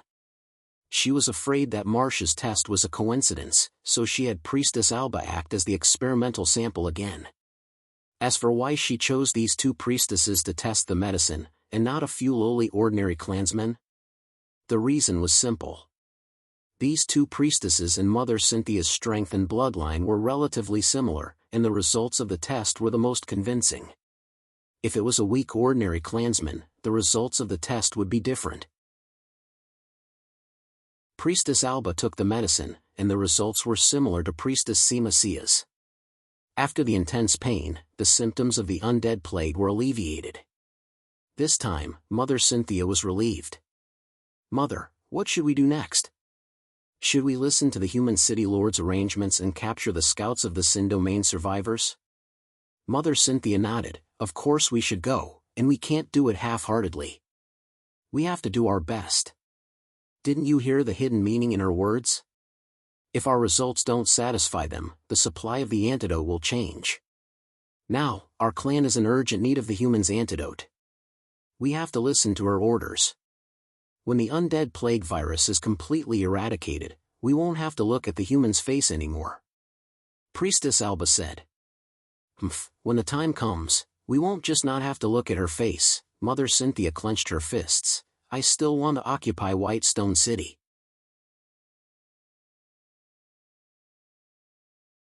Chapter 1080. The army that followed Matriarch Cynthia to the surface this time was the elite force of the Nosolis tribe, and those who could survive the upheaval in Vesuvius Castle were the best of the best. Under the circumstances of doing their best, capturing some spies of the survivors was of course a piece of cake. The Drows had exceeded Cecilia's mission. At the same time, they also received a reward. Batch after batch of new plague nemesis drugs were sent to the Drows' barracks. Both sides got along very well, and there was a sense of family between the two races. Byshire City, the mayor's mansion. Nightfall. My lord, the last batch of drugs has been sent to the Drows' barracks as scheduled today, the night captain, Tim, reported. Got it. Cecilia sat on a carved recliner and quietly flipped through a book.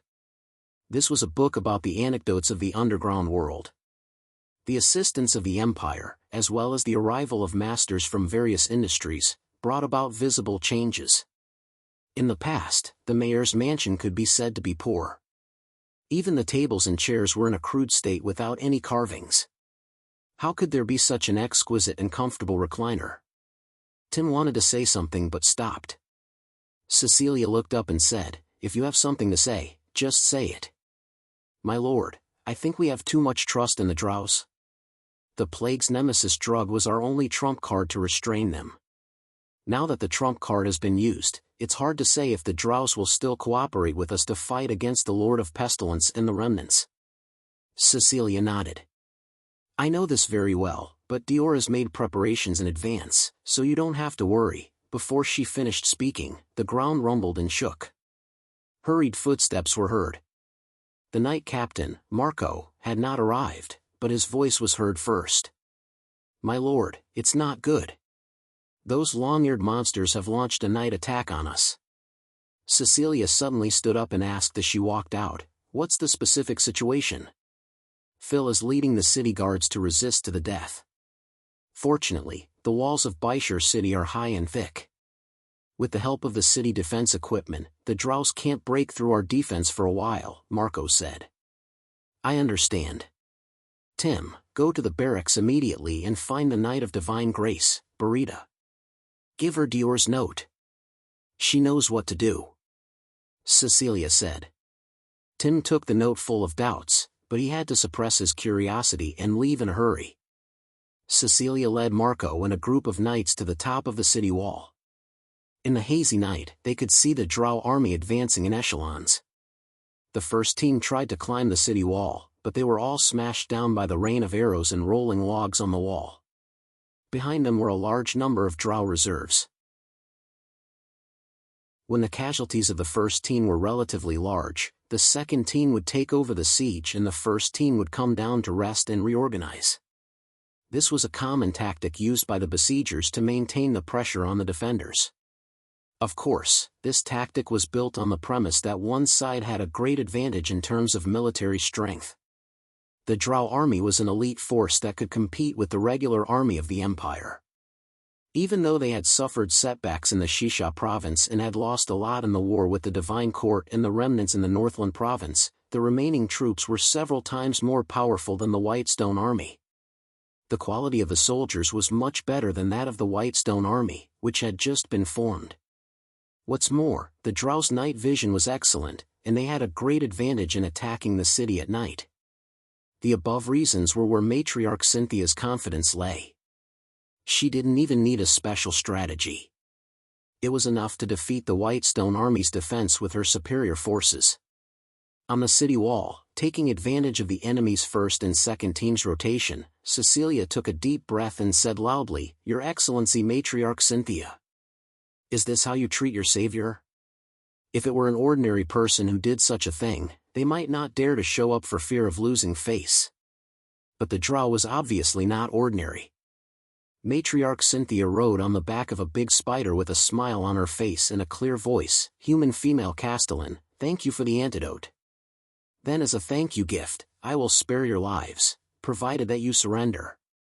After this incident, do you think we will still believe you? Cecilia said coldly, You Drow are a group of untrustworthy scum. Clap, clap, clap.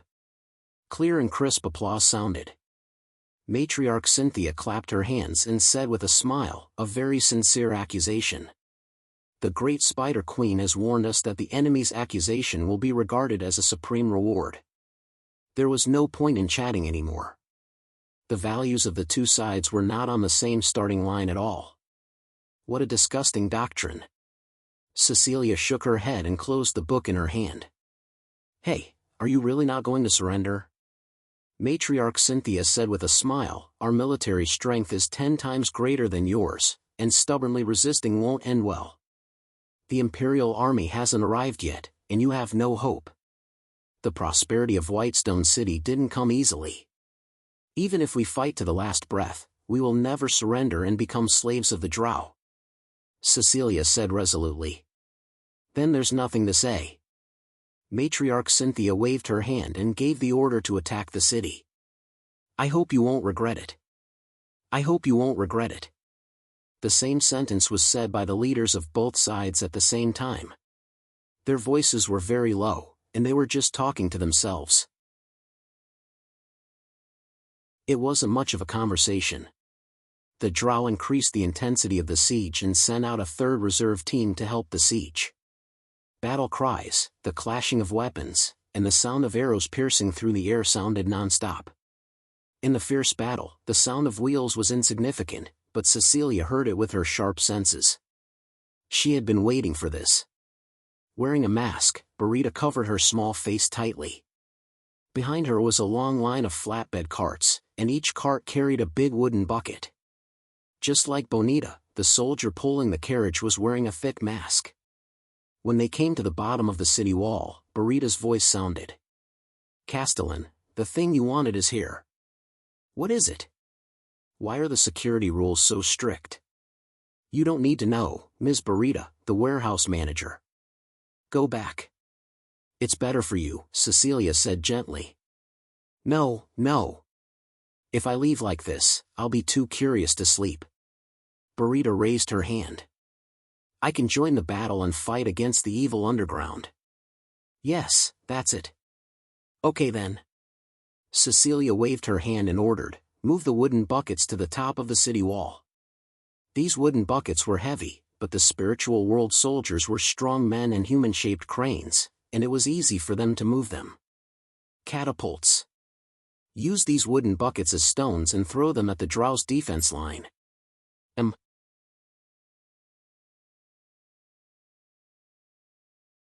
Chapter 1081.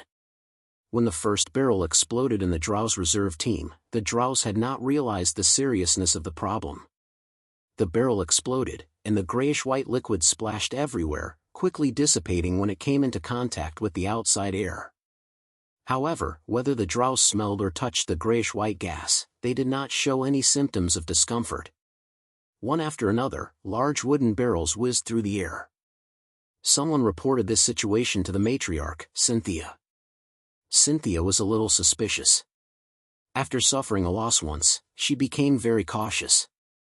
Although the gray liquid in these large barrels did not show any lethality, she did not rule out other traps. Therefore, she immediately ordered the herald to blow the whistle for retreat and let the second and third teams that were attacking the city temporarily withdraw to rest. However, as soon as the whistle for retreat sounded and the army had not yet regrouped, screams sounded in the crowd. Wah wah wah wah wah.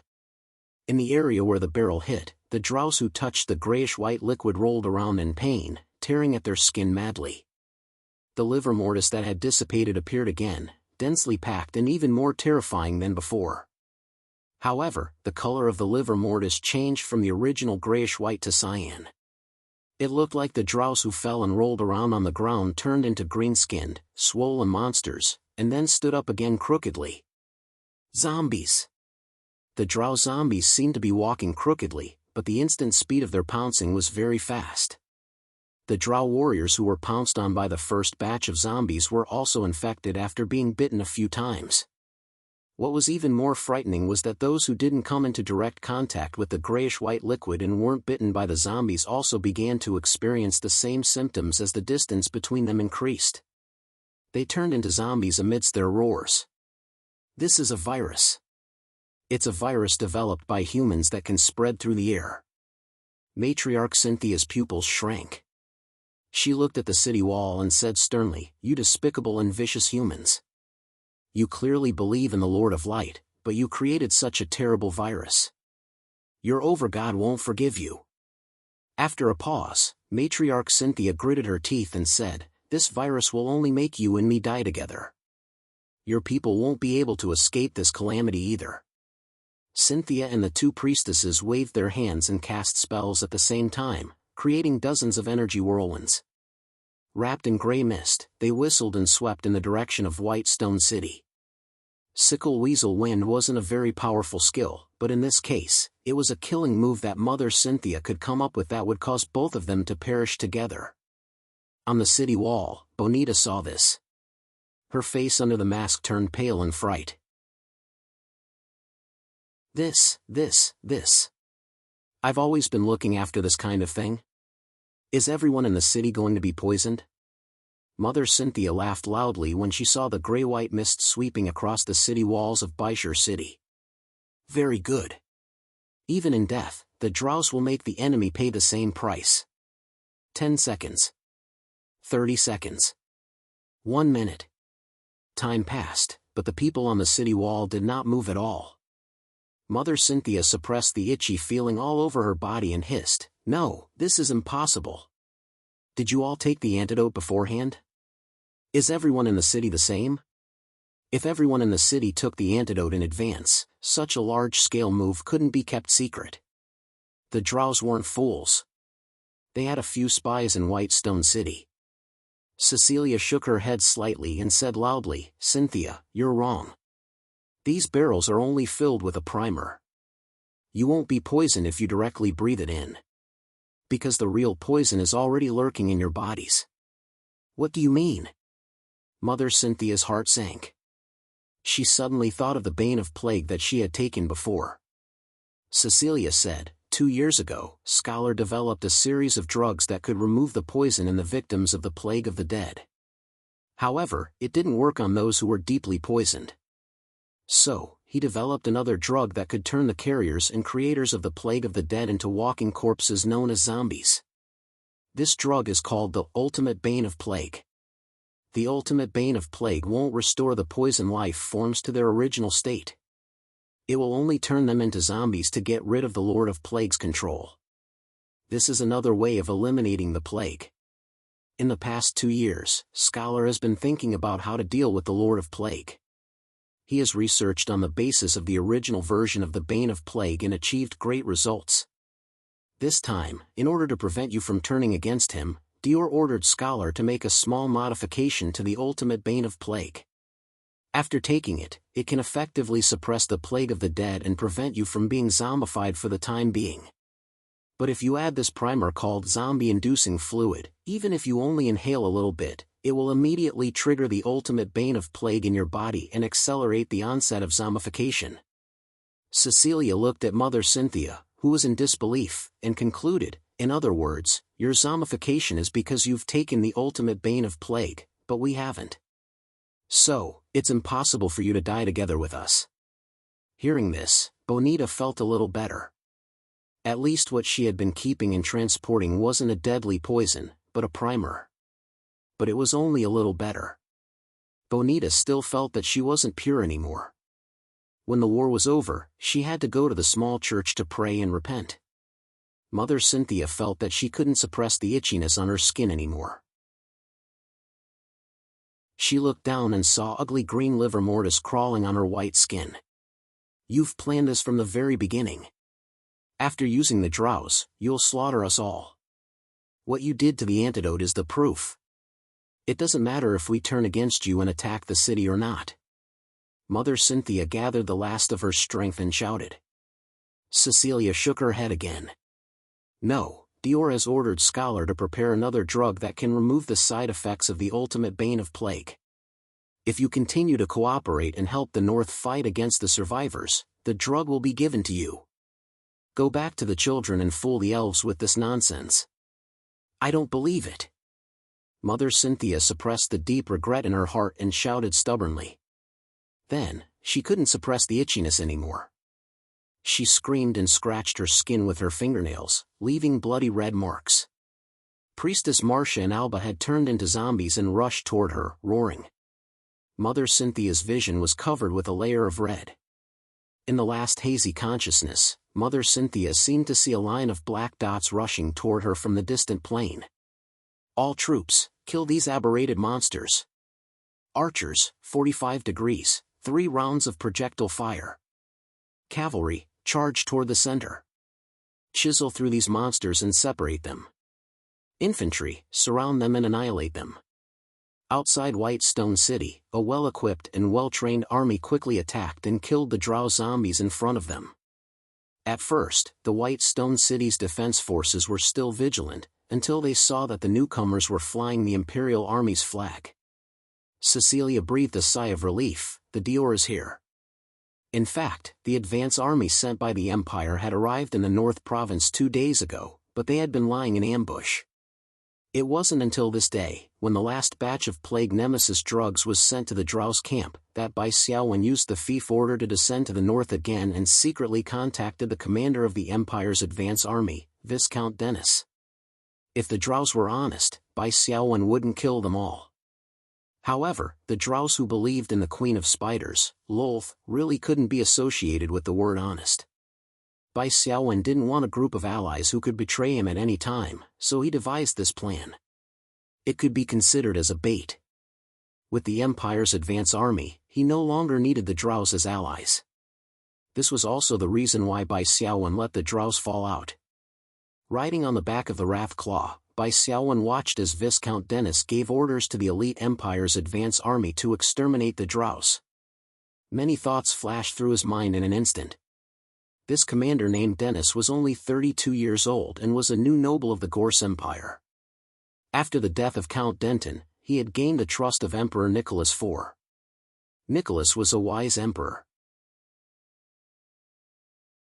He wanted to promote the young generals he valued, so he wouldn't casually entrust them with important tasks. Instead, he would first place them on the border where the war was intense and put them in an important position after they had made contributions. This was both a test and a training. Bai Xiaowen could vaguely feel that Viscount Dennis was very respectful and polite to him, but there was a trace of fear and vigilance in his heart. Only someone as sensitive as Bai Xiaowen could detect it. If it were anyone else, they definitely wouldn't be able to see through Viscount Dennis's hidden thoughts. After all, Bai Xiaowen was a visitor from another world, and many of the Empire's top officials already knew this. Although Nicholas IV obeyed Bai Xiaowen's words, he must have thought about it carefully before adopting Bai Xiaowen's opinion. He wouldn't blindly trust Bai Xiaowen. This was the consequence of exposing the Awakened's identity. It was difficult to gain the 100% trust of the natives.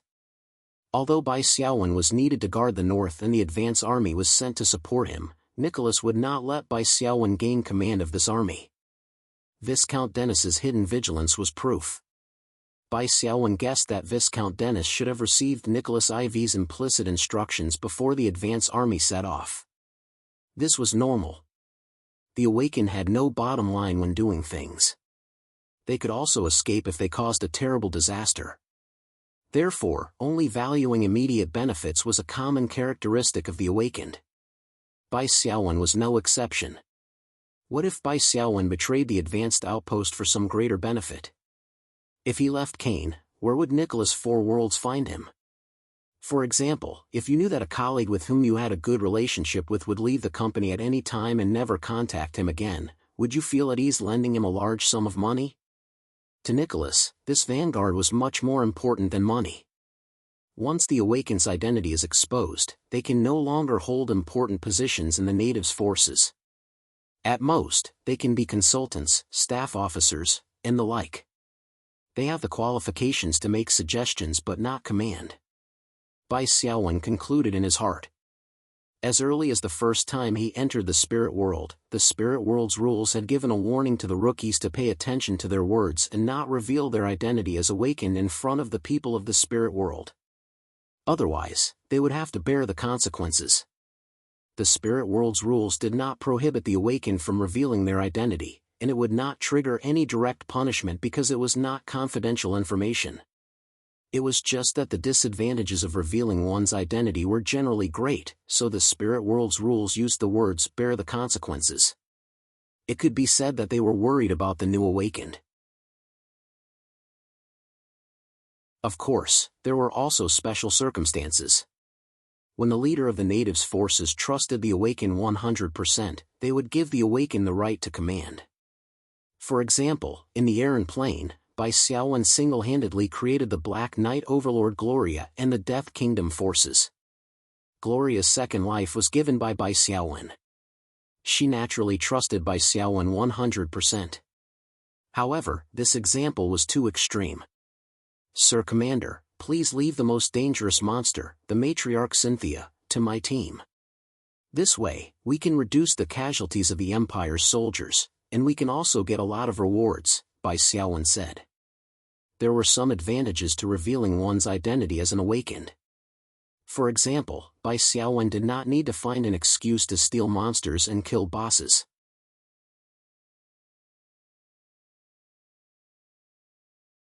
Chapter 1082. Viscount Dennis was happy to see this, and he had no objection to it. He had learned about the undead of pestilence and zombies in advance. The stronger the mutated monster was when it was alive, the stronger the creature it transformed into would be. In the words of the Awakened, the template would not change. Mother Cynthia was a rare leader, and a mutated zombie monster had to be a powerful boss. The Imperial Army would rather let Bai Xiaowen deal with it than use the lives of their soldiers. It was the best of both worlds. Under the command of Viscount Dennis, the Imperial Army tacitly split up the battlefield. Not only Mother Cynthia, but the two priestess leaders beside her, Marcia and Alba, were also handed over to Bai Xiaowen to deal with. Viscount Dennis also wanted to see Bai Xiaowen's strength. The three zombie bosses were slightly weaker than when they were alive due to the lack of intelligence, but their strength was still intact. The key was that the three of them together were quite troublesome. This powerful otherworlder, Dior C. Kale Bloom, was rumored to be valued by His Majesty the Emperor. It would not be easy to deal with him. Bai Xiaowen was very clear about Dennis's thoughts. Bai Xiaowen was only half of Dennis's age, but he was already the legal ruler of the entire Northland province. He was about to be conferred the title of Count by His Majesty the Emperor. Undoubtedly, all the nobles in the imperial capital were envious of Bai Xiaowen. Dennis also knew that His Majesty the Emperor had made an even bigger promise to Dior. After this battle against the Lord of Pestilence was won, Bai Xiaowen would be promoted to the Duke of Whitestone. He would truly receive a title that matched the ruler of the Northland. A duke who was not even 20 years old was too scary. The key was that he did not have to rely on inheritance. "This old pretty boy is up to no good. He wants to see Xiaowen make a fool of himself," Li Shi said. "Let's go together." Although there is no Cecilia, with the three of us heroes and Han Su at the front, it should not be difficult to deal with these three bosses, Qiao Rui said. "No need. Just keep an eye on the drow zombies for me.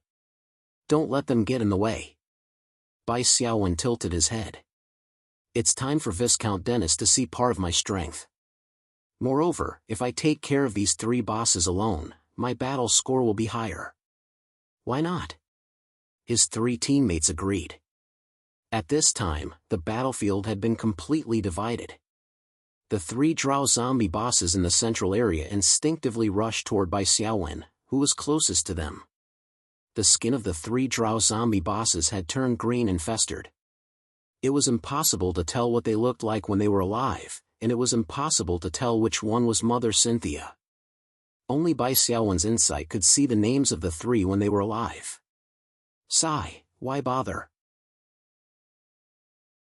Bai Xiaowen raised his hand, and a large group of summoned creatures appeared in front of him. At the front were the three Terror Knights led by the Death Knight. Behind them were the Skeleton Warriors, who had a strong physique. They were leading 10 tall skeletons and were fully armored. They looked quite impressive. Behind them were the three ranged classes, the Necromancer, the Evil Ghost, and Bai Xiaowen. Beside them were the Vampire Keats and the Demoness Delifa. As agility-type melee classes, they were waiting for an opportunity to enter the battlefield and attack. As for the Shadow Assassin, after it was summoned, it immediately entered stealth mode and sneaked behind the three bosses. Attack! Bai Xiaowen gently waved his hand. The Death Knight and the 3 Terror Knights immediately emitted a blood-red light. As the skeletal warhorses charged forward, the blood-red light turned into a sharp arrowhead. Legion charge! 2 of the zombie bosses raised their hands, and 2 cone-shaped gray ripples spread out. Shadow impact. This was a skill that combined control and damage. Although the priestesses of the Drow Elves had become zombies, their battle instincts and memory fragments that had been tempered thousands of times when they were alive still allowed them to choose an interruption skill to deal with the charge of the Legion. Bai Xiaowen shook his head slightly. This was the disadvantage of not having intelligence. The ripples of shadow impact swept past, and damage values floated above the Death Knight and the Terror Knight's heads. However, the Legion charge did not slow down at all. During the Legion charge, they were immune to control. If it was Mother Cynthia in her normal state, she should be able to see this and would choose other methods to avoid it. She would not try to interrupt the Legion charge head-on. Boom, boom, boom. The 4 horsemen separately crashed into the 2 zombie bosses that the priestess had transformed into. They waved their swords in both hands, and each slash was aimed at the boss's head. The skeleton warrior led 10 skeleton swordsmen and charged towards the last rare zombie boss. The zombified Mother Cynthia roared as she raised her hands and waved them in a cross. Whoosh! 10 thin black lines cut through the air in front of them, and the skeleton warriors in the lead were cut into snowflake-like bone fragments. Fortunately, it was hard enough and had a thick skeleton, so it did not have the tragic state of having its bones broken. However, the 2 skeleton warriors that followed closely behind were unlucky. Their HP decreased by more than half, and at the same time, they were disabled. This was the instinctive skill that Mother Cynthia had obtained after being turned into a zombie, Ghost Claw. Bai Xiaowen did not even blink, and the skeleton warriors at the back immediately followed up. The 2 that had their HP decreased immediately retreated. Skills always had a cooldown. Even if you can make my 2 skeleton warriors lose their combat ability with 1 skill, so what? How can I lose with a large group of summoned creatures riding on my face? The zombified Mother Cynthia did not even have time to release a second skill before the skeleton warriors closed in and used Shield Bash.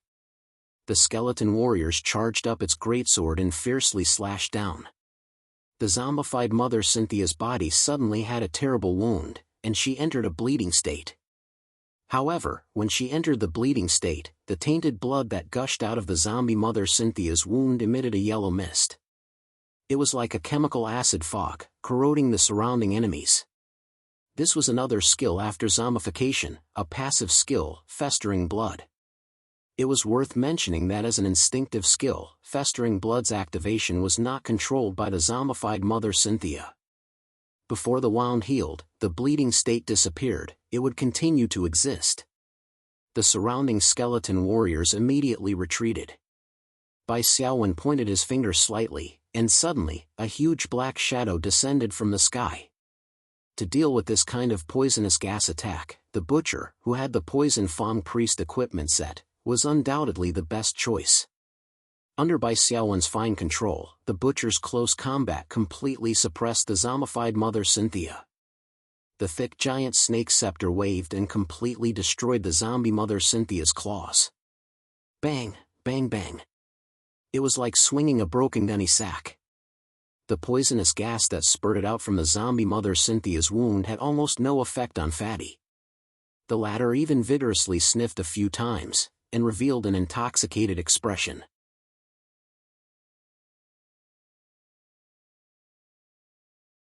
Chapter 1083. Roar, roar, roar, roar, roar. The zombified matriarch let out an incomprehensible roar, and the earth began to rumble. The surrounding drow zombies seemed to have received some sort of command, and rushed toward the central area.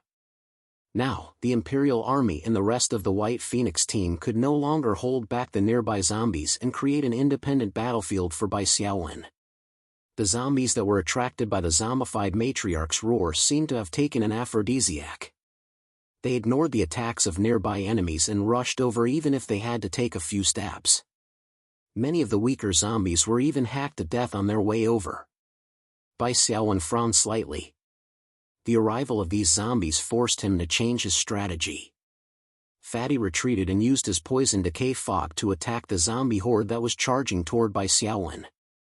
No matter when, Fatty's decay ability was Bai Xiaowen's most commonly used AoE attack. Kits and Delifa had a chance to perform. One was at the back, the other at the side, protecting Bai Xiaowen from being surrounded by the zombie horde. However, they couldn't just leave the zombified matriarch alone. Bai Xiaowen jumped down from the Wrath Claw's broad back and patted its big head. The Wrath Claw rushed over with a howl, and with one claw, it interrupted the zombified matriarch's attempt to cast the spell. As for the zombified matriarch's sharp claws, to the armored Wrath Claw, it was no different from scratching an itch. The only thing that was a bit of a headache was the festering blood, which was slowly eating away at the Wrath Claw's blood veins. However, the Wrath Claw was bound to Bai Xiaowen's life force after all. Its HP wasn't much different from a real high-level leader of the spiritual realm. With its violent close-range attacks, it would definitely be able to finish off the zombified matriarch before its own blood veins were in danger. On the other side, the Death Knight had already crippled one of the zombified priestesses. However, the other 3 Terror Knights couldn't do anything to the other zombified priestess. After all, they were only elite summon creatures. As more and more zombies gathered, the health bars of the 3 Terror Knights were no longer healthy. "Do you need any help?" Li Shi asked in the team channel after killing an elite zombie. "No need." Bai Xiaowen opened his palm and raised it at the 3 remaining Terror Knights. Black mist filled the air, and the 3 Terror Knights fused into an extremely large creature in the blink of an eye. This fusion creature was still in the shape of a Dread Knight, but it was an enlarged version, about twice the size of a normal Dread Knight. Around the skeletal armor, there were traces of black fog lingering. The two-handed greatsword, which was as large as a door, chopped down and chopped off one of the zombified priestess's skinny arms. The zombified priestess had no sense of pain or reason. Otherwise, it would have turned around and fled. But it was precisely because of this that it was easier to deal with. The one-armed zombified priestess was killed by the gigantic fusion creature in less than 10 seconds because she didn't know the difference between her enemy and herself and still rushed forward recklessly. "That's amazing. Captain really has another trump card," Qiao Rui said. "Yeah. When I read the skill description, I felt that it wasn't weak. Now that I've used it, both the visual impact and the actual combat power are insane," Li Shi said.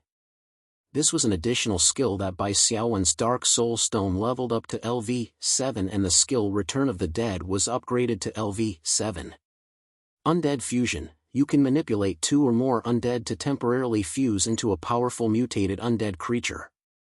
Lasts for 84 seconds. Note, the higher the similarity between the candidate creatures, the higher the success rate of fusion. If you forcefully fuse undead creatures of different races, there is a higher chance of fusion failure. The candidate creatures that fail will be considered dead. Ever since Bai Xiaowen obtained this undead fusion skill, he had not used it much. In the final battle in the Black Tide realm, he relied on the holy weapon's holy convergence. He didn't need this skill. When he returned to Earth, he didn't have the chance to use it in the battle against the Starmoon battle team. The White Phoenix battle team had shown that they were strong enough. There was no need for Bai Xiaowen to use this skill to show off. Bai Xiaowen had done some research on this undead fusion skill in private and concluded some of its advantages and disadvantages. First, it could be seen as a skill that could reintegrate combat power. The candidate creatures for fusion could have low HP, but the mutated monster after fusion would have full HP. Just like now, Bai Xiaowen had fused 3 low HP Terror Knights and turned them into a giant mutated Terror Knight with full HP. Second, it was the duration. It was equivalent to the spirit points. It was considered average. Bai Xiaowen's spirit points were as high as 84 points. It was enough for a boss battle. Lastly, there was the cooldown time. Undead fusion had no cooldown time. It could be used multiple times. This was the biggest advantage. However, it cost a lot of spirit points to perform undead fusion. It had to be used carefully. As for the attributes of the fusion, it was calculated based on the strongest candidate creature's attributes. The more creatures that participated in the fusion, the higher the attributes of the mutated monster. However, if there were too many of them, the increase in attributes would be severely reduced. Moreover, the spirit points consumed by undead fusion were not fixed. The more candidate creatures there were, the higher the spirit points consumed. Bai Xiaowen had already calculated. Under normal circumstances, it was the best choice to fuse 3 of the same species. It could create a powerful monster with attributes increased by more than 50%. It was equivalent to upgrading the template. Only under special circumstances would he use more candidate creatures to fuse. Now, the giant mutated Terror Knight's attributes were stronger than the Death Knight's. Moreover, because of the high compatibility of the candidate creatures, its skills were also enhanced. As for the flaw of undead fusion, it was that the candidate creatures were considered dead. If the fusion failed, it would be considered dead. Even if the fusion succeeded, after the giant mutated monster's duration was up, the candidate creatures that participated in the fusion would also be considered dead. It would take 12 hours before they could be summoned again. However, this couldn't hide the advantage of undead fusion. It was definitely a good skill. The giant Terror Knight waved its giant sword and the Blood Thrall skill was activated continuously. After the zombies were killed one by one, skeleton soldiers crawled out of the corpses and entered the battlefield again as Bai Xiaowen's servants.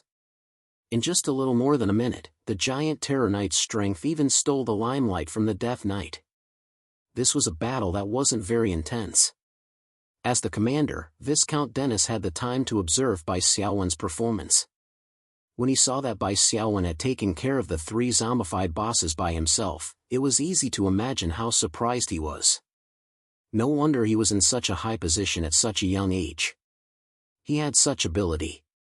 Thinking of this, the jealousy in Viscount Dennis's heart subsided.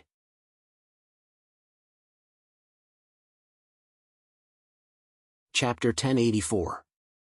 The Empire's advance army cooperated with the defenders of Baishur City. Both inside and outside the city, they easily annihilated the Drow army that had turned into zombies. At this point, the thorn in Bai Xiaowen's heart was finally completely removed. The Drow's reputation was so bad that Bai Xiaowen had to guard against them. It turned out that he was right to guard against them. From the perspective of the Drow, they had been forced by the humans of Baishur City to fight with the irritable survivors. How could they be willing to do that? If they took Baishur City directly with the advantage of military strength, they would have more bargaining chips with the Empire. Even if the Empire's army arrived, what could they do to the Drow? Mistress Cynthia had all the humans in the city as hostages. Was she afraid that the Empire would not agree to her conditions?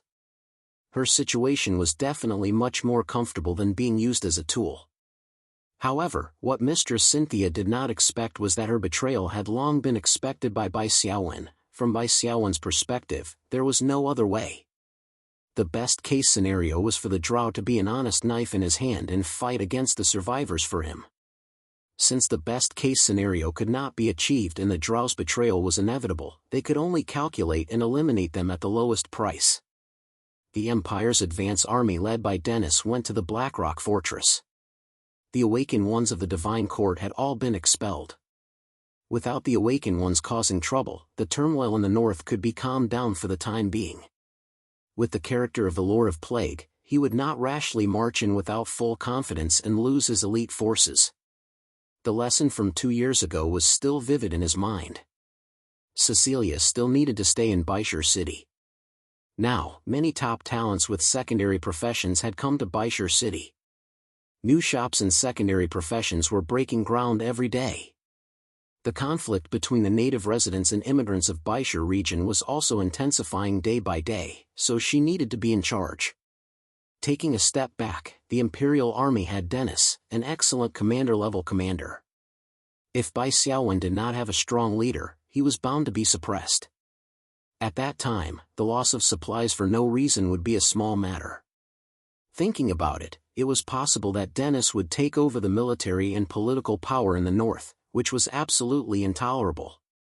Therefore, for the time being, there were only 4 people in the Earth League: Bai Xiaowen, Li Shi, Qiao Rui, and Han Su. Before returning, Bai Xiaowen opened the treasure chest obtained from the annihilation of the Drows. There were more than 10 silver treasure chests, but nothing of value was opened.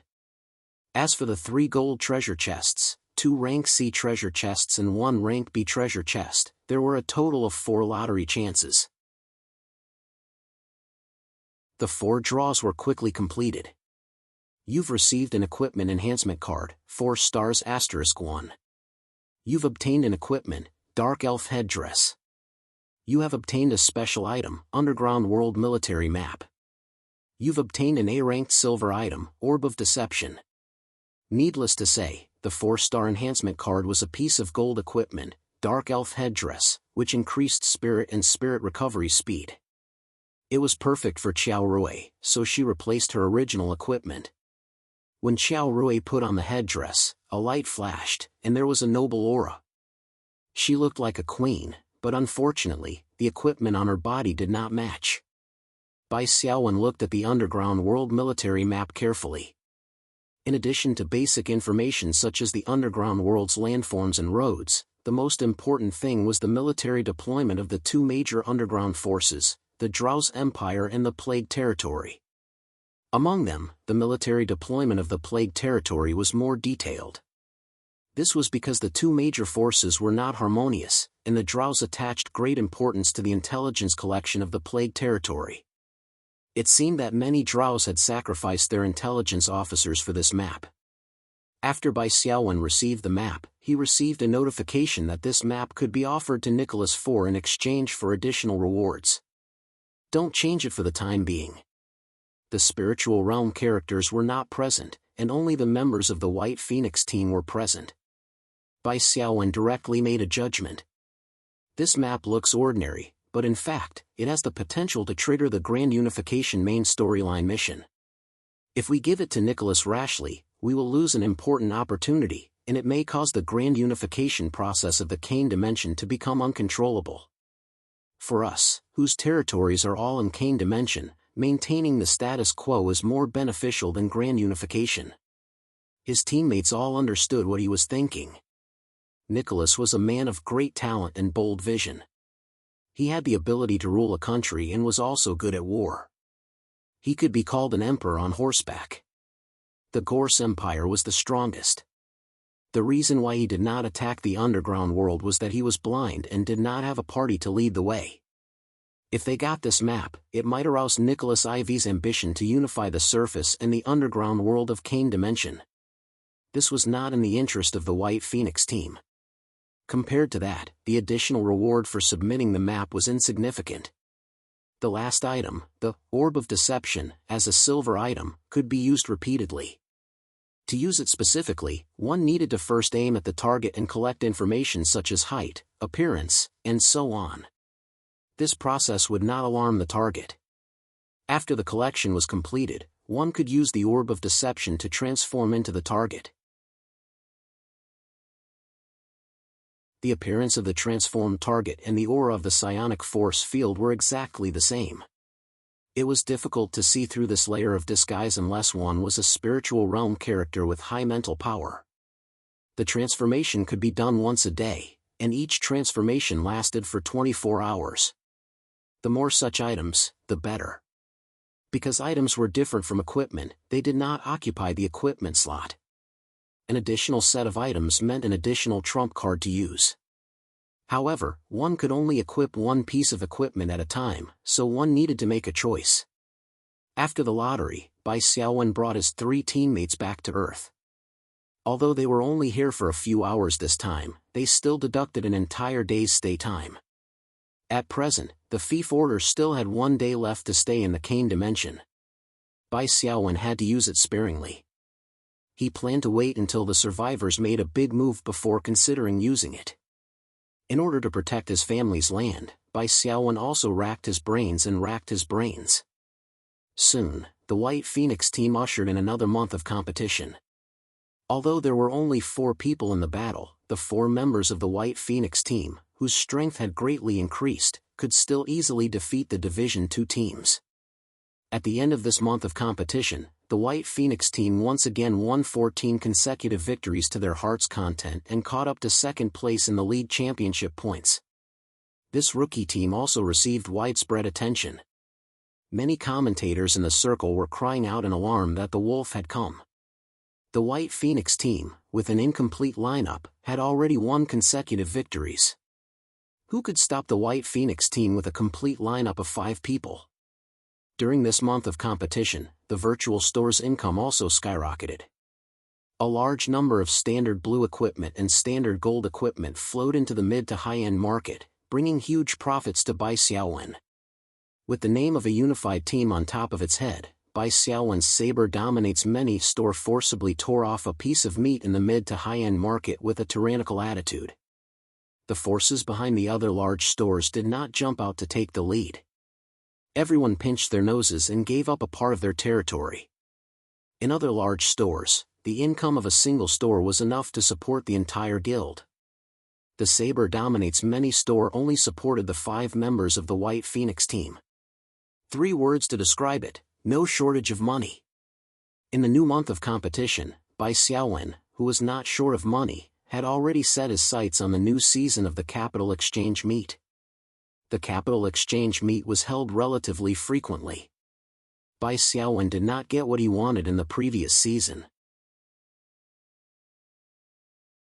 This season, he still wanted to try his luck and see if he could help his sister, Xiao Jun, find a psionic treasure that could be used to change professions.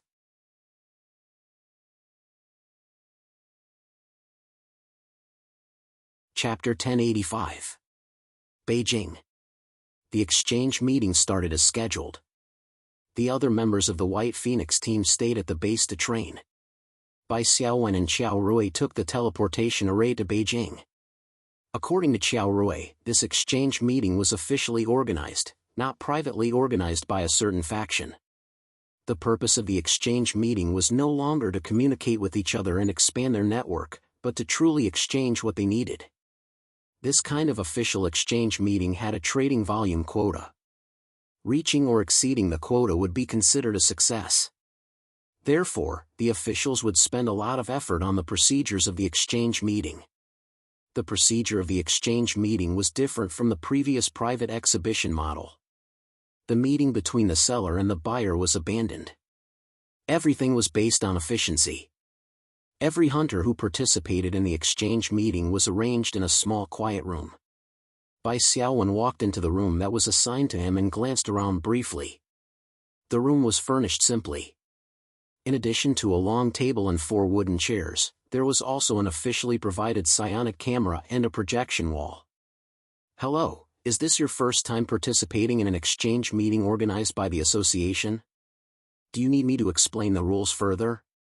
The staff in charge of the guide asked respectfully. "Qiao Rui, are there any changes or additions to the rules?" "No, it's the same as the previous ones." "Well, no need for your introduction." "Thank you. If you need, please press the white button on the table. I will come and solve the problem for you within 10 seconds.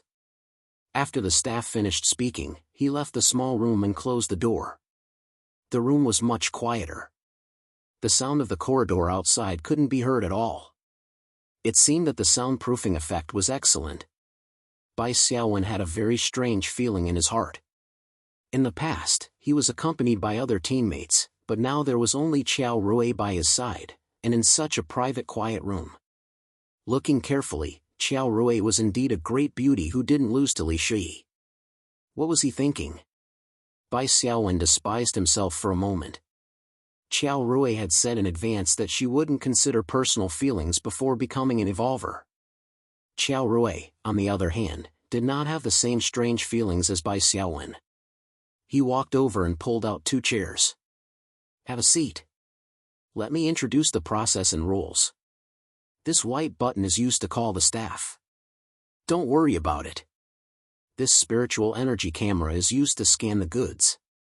If you want to sell something, you can directly scan a virtual image. Take note of one thing. If it's an unintentional item, it's best not to scan it. That's because there'll be a price if it's scanned. If the other party's price reaches the standard and we go back on our word, it'll be against the rules of the official exchange. Bai Xiaowen said, "What if we set a sky-high price?" Qiao Rui shook his head. According to the official rules, the price of a certain spiritual item by an awakened must not exceed 10 times the value of the rules of the spiritual realm if it's in terms of pure spiritual energy points. If it's in the form of barter, the awakened must specify the type, grade, and quantity of the item they want to exchange. Then what if I choose to barter and then mark a very exaggerated amount? Qiao Rui said, "When it comes to bartering, the officials have detailed rules. The price can't be arbitrarily set. For example, if you want to sell a piece of equipment, the rules of the spiritual realm have a value of 10,000 spiritual energy points. Then, the total value of the item you want to exchange cannot exceed 15,000 spiritual energy points, which is 150% of your goods." Bai Xiaowen nodded to show that he understood. There were many rules in the official exchange. They basically put an end to the situation where the awakened would use the best items as a gimmick to attract people and not sell them. Although there were many restrictions, at least one thing could be guaranteed: the goods that the awakened put on the shelves were sincere in their desire to sell. This seemed to violate the rules of the market economy, but in fact, it was very fair. It relied on the rules of the spiritual realm and used the rules of the spiritual realm as a yardstick. If they chose to set a price based on pure spiritual energy points, the upper limit would be 10 times the value of the item.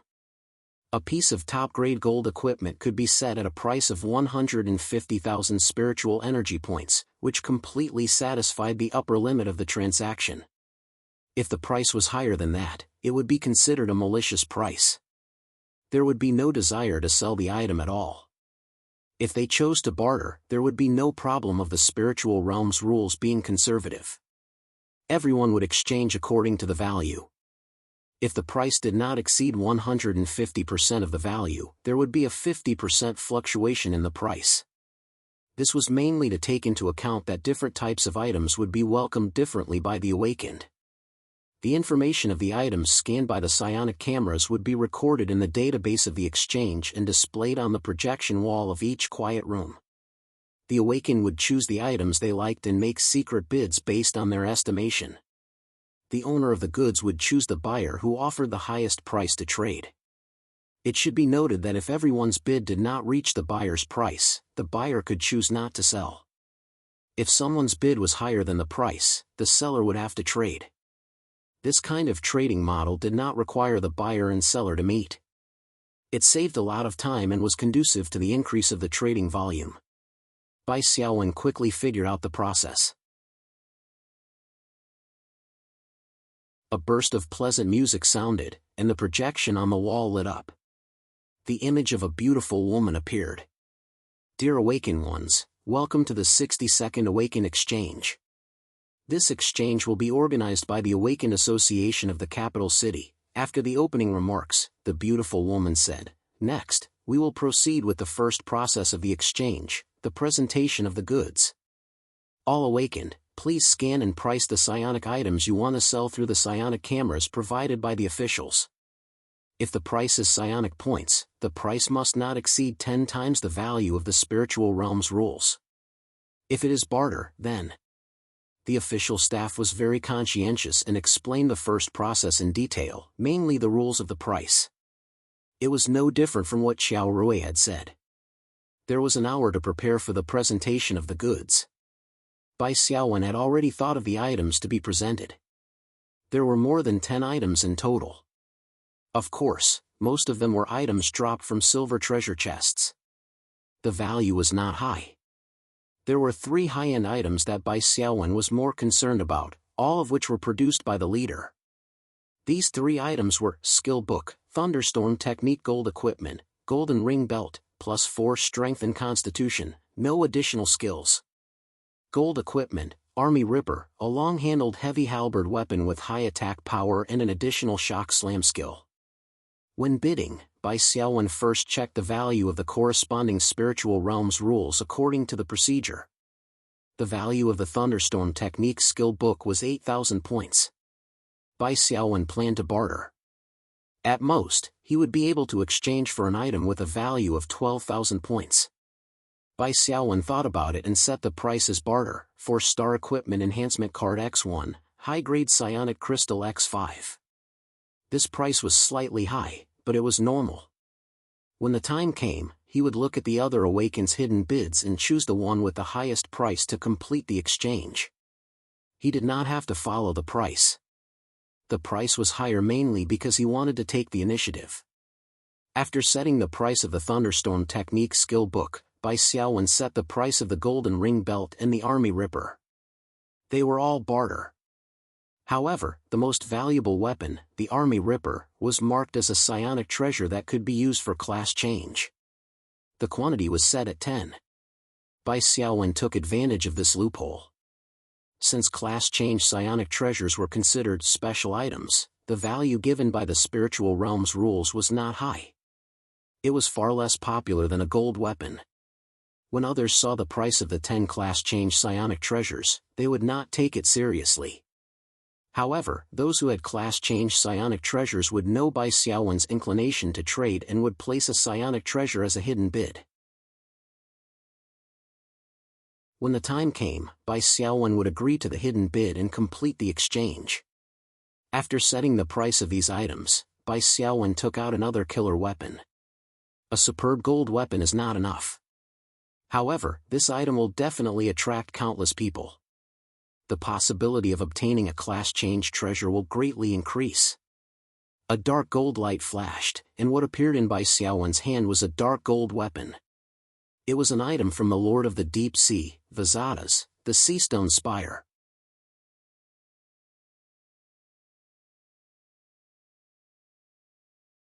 Chapter 1086. The biggest use of dark gold equipment in this kind of exchange was to attract attention and attract others to negotiate with him. Although there were many restrictions in the official exchange, there were still loopholes. Bai Xiaowen directly set the price of the Seastone Spire as a barter, class change psionic treasure X99. It wasn't that the value of the Seastone Spire was only 10 times that of the Army Ripper, but the highest number of similar items was 99. In fact, there was no difference between a price of 99 items and a price of 999 items. Others wouldn't take it seriously and would take the initiative to inquire and negotiate with Bai Xiaowen. Although the buyer and seller didn't meet in the official exchange, and they didn't know the information of the item owner, some powerful hunters could always bypass the official rules and inquire about the seller's information.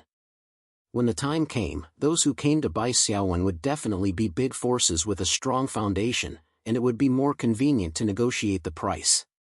An hour later, the image of the beautiful woman reappeared, reminding the hunters in the quiet rooms that the conference had entered the second process, bidding. After the image of the beautiful woman disappeared, the projection screen on the wall showed the goods displayed by the hunters in this conference. There were a total of 5 categories: equipment, items, food, special items, and a separate category, spiritual realm ticket.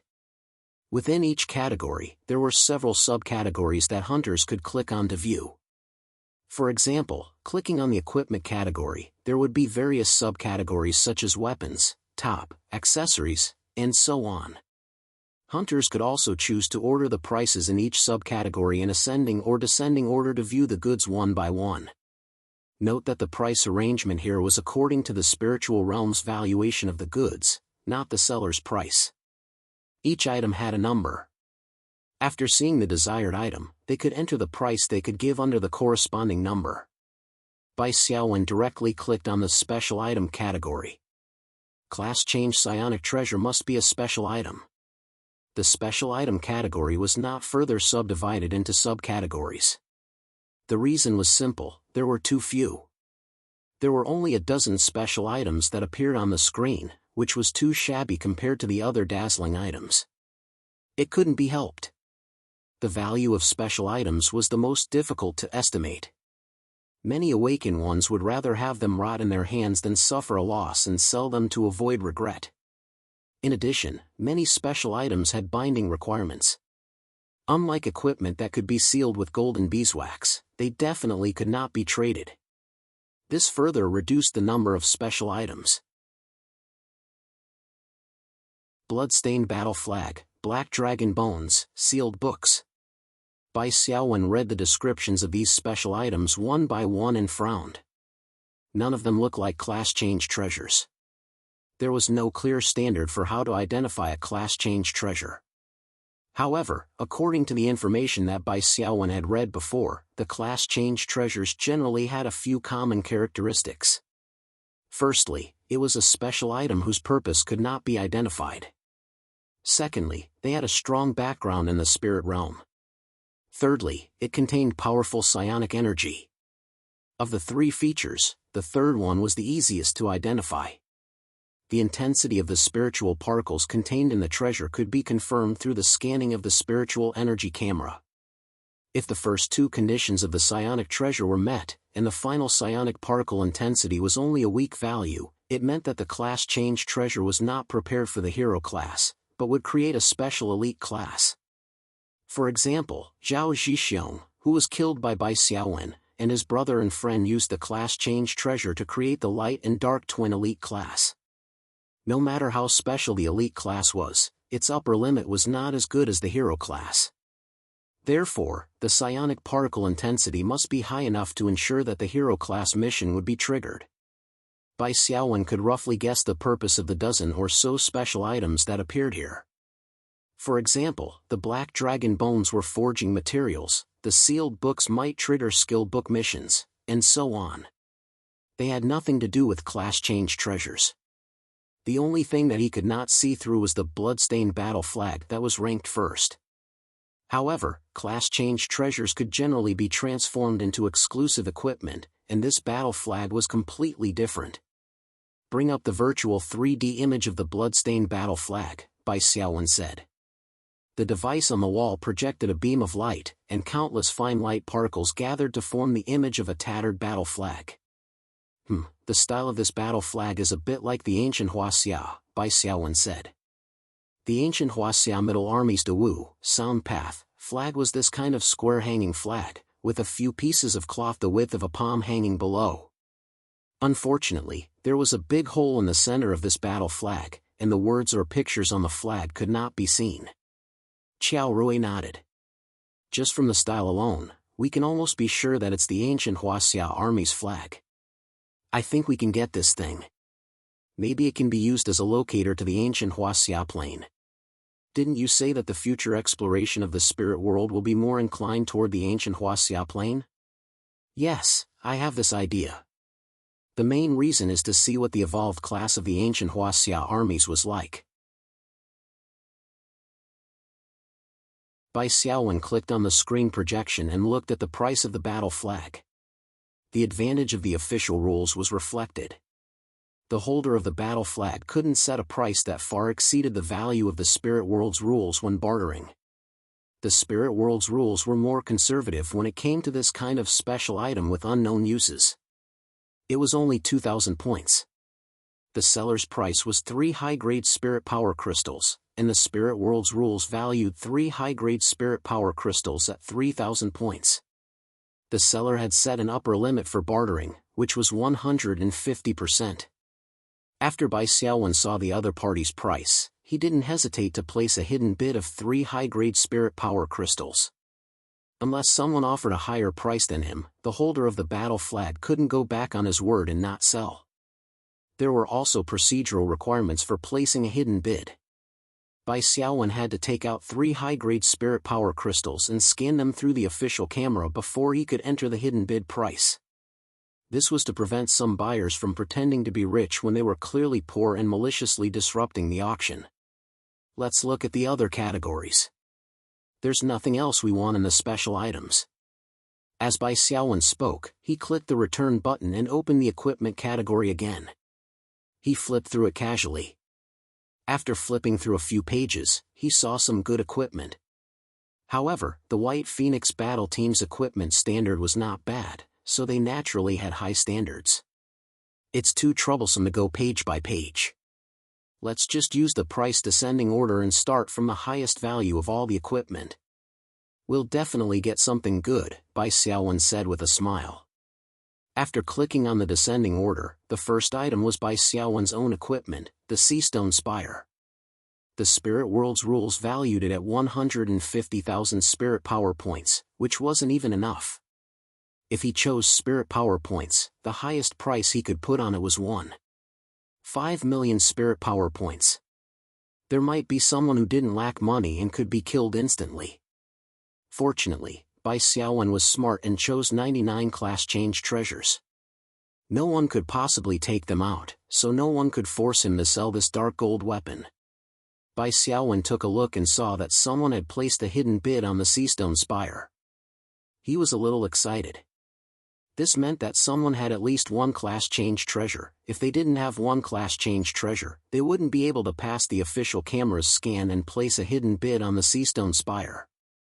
As long as that person was interested in the Seastone Spire, they would quickly find out about it and look for Bai Xiaowen. As he scrolled down, there were no more dark gold equipment.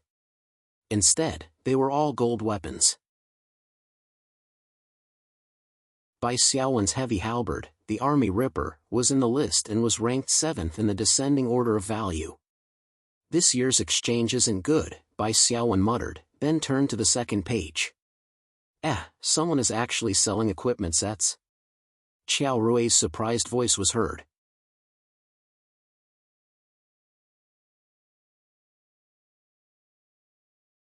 Chapter 1087. Bai Xiaowen was also shocked. Bai Xiaowen was even more shocked when he looked at the equipment. It was a green dagger with a familiar shape. He looked at the name and found that it was called Viper's Jaw. Bai Xiaowen rummaged through his storage space and took out another green dagger. It was also called Viper's Jaw. I didn't expect that we would have another equipment set. Bai Xiaowen said, weapon sets usually only have 2 pieces. This Viper's Jaw was dropped from the treasure chest of Scalata, the leader of the Nagas, in the Black Tide realm. As long as we buy this, we will have enough for a set. Qiao Rui reacted quickly. Okay. Bai Xiaowen looked at the price. On the shelf, the Viper's Jaw was estimated to be 11,000 psionic energy points.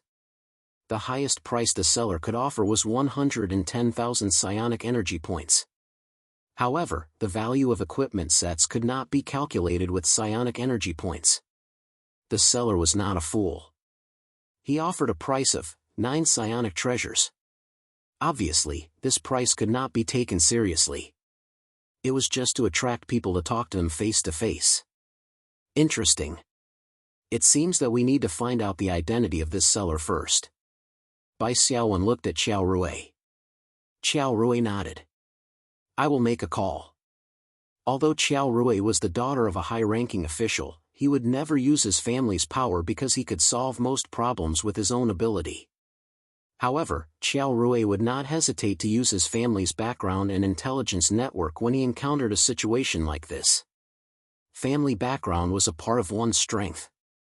He would be a fool if he did not use it. Not long after, Qiao Rui received a reply. Room 224. The registered name is Lu Quancheng. Qiao Rui put down the phone and whispered in Bai Xiaowen's ear, someone will send Lu Quancheng's information over soon. Bai Xiaowen nodded. The first round of transactions ended very quickly. Most of the items that Bai Xiaowen had put up for auction were bought by people. Moreover, the bids were not lower than his price, so the transaction was concluded immediately. The printer on the side of the projection wall spat out 2 copies of the transaction voucher. After that, an official metahuman knocked on the door and entered, taking away Bai Xiaowen's goods and the transaction voucher. He would go to the corresponding buyer's room, complete the transaction, and bring the corresponding transaction item back to Bai Xiaowen. About a quarter of an hour later, the official metahuman knocked on the door again and entered to make a deal with Bai Xiaowen. Of course, Bai Xiaowen and the buyer had each paid 5% of the estimated value of the psionic points as the transaction fee. This amount of psionic points was just a drop in the bucket. Of course, the government's profit was not limited to 10% of the total value of psionic points. A greater hidden benefit was that if the government took a fancy to a certain product, they could secretly offer a higher price to intercept it. This was not a loss for the seller, and the profit would even be higher. However, it was not so friendly to the buyer. Of course, with the government's vision, they would not do such a thing so easily. Qiao Rui received the phone call. After listening to it, he said thank you and hung up. Lu Quancheng, from Longjiang Base City in the northeast region, a mid-level member of the Black Blade Guild, Qiao Rui said slowly. His background is basically zero. His grandfather, Lu Hongji, was a high-level metahuman, but he passed away many years ago. After a pause, Qiao Rui said, Lu Quancheng is a standard metahuman, a strength-type metahuman, only at level 6. Bai Xiaowen quickly outlined the image of a middle-level metahuman struggling in his mind. After a second, he said slowly, sure enough, only low-level metahumans are willing to sell their set equipment.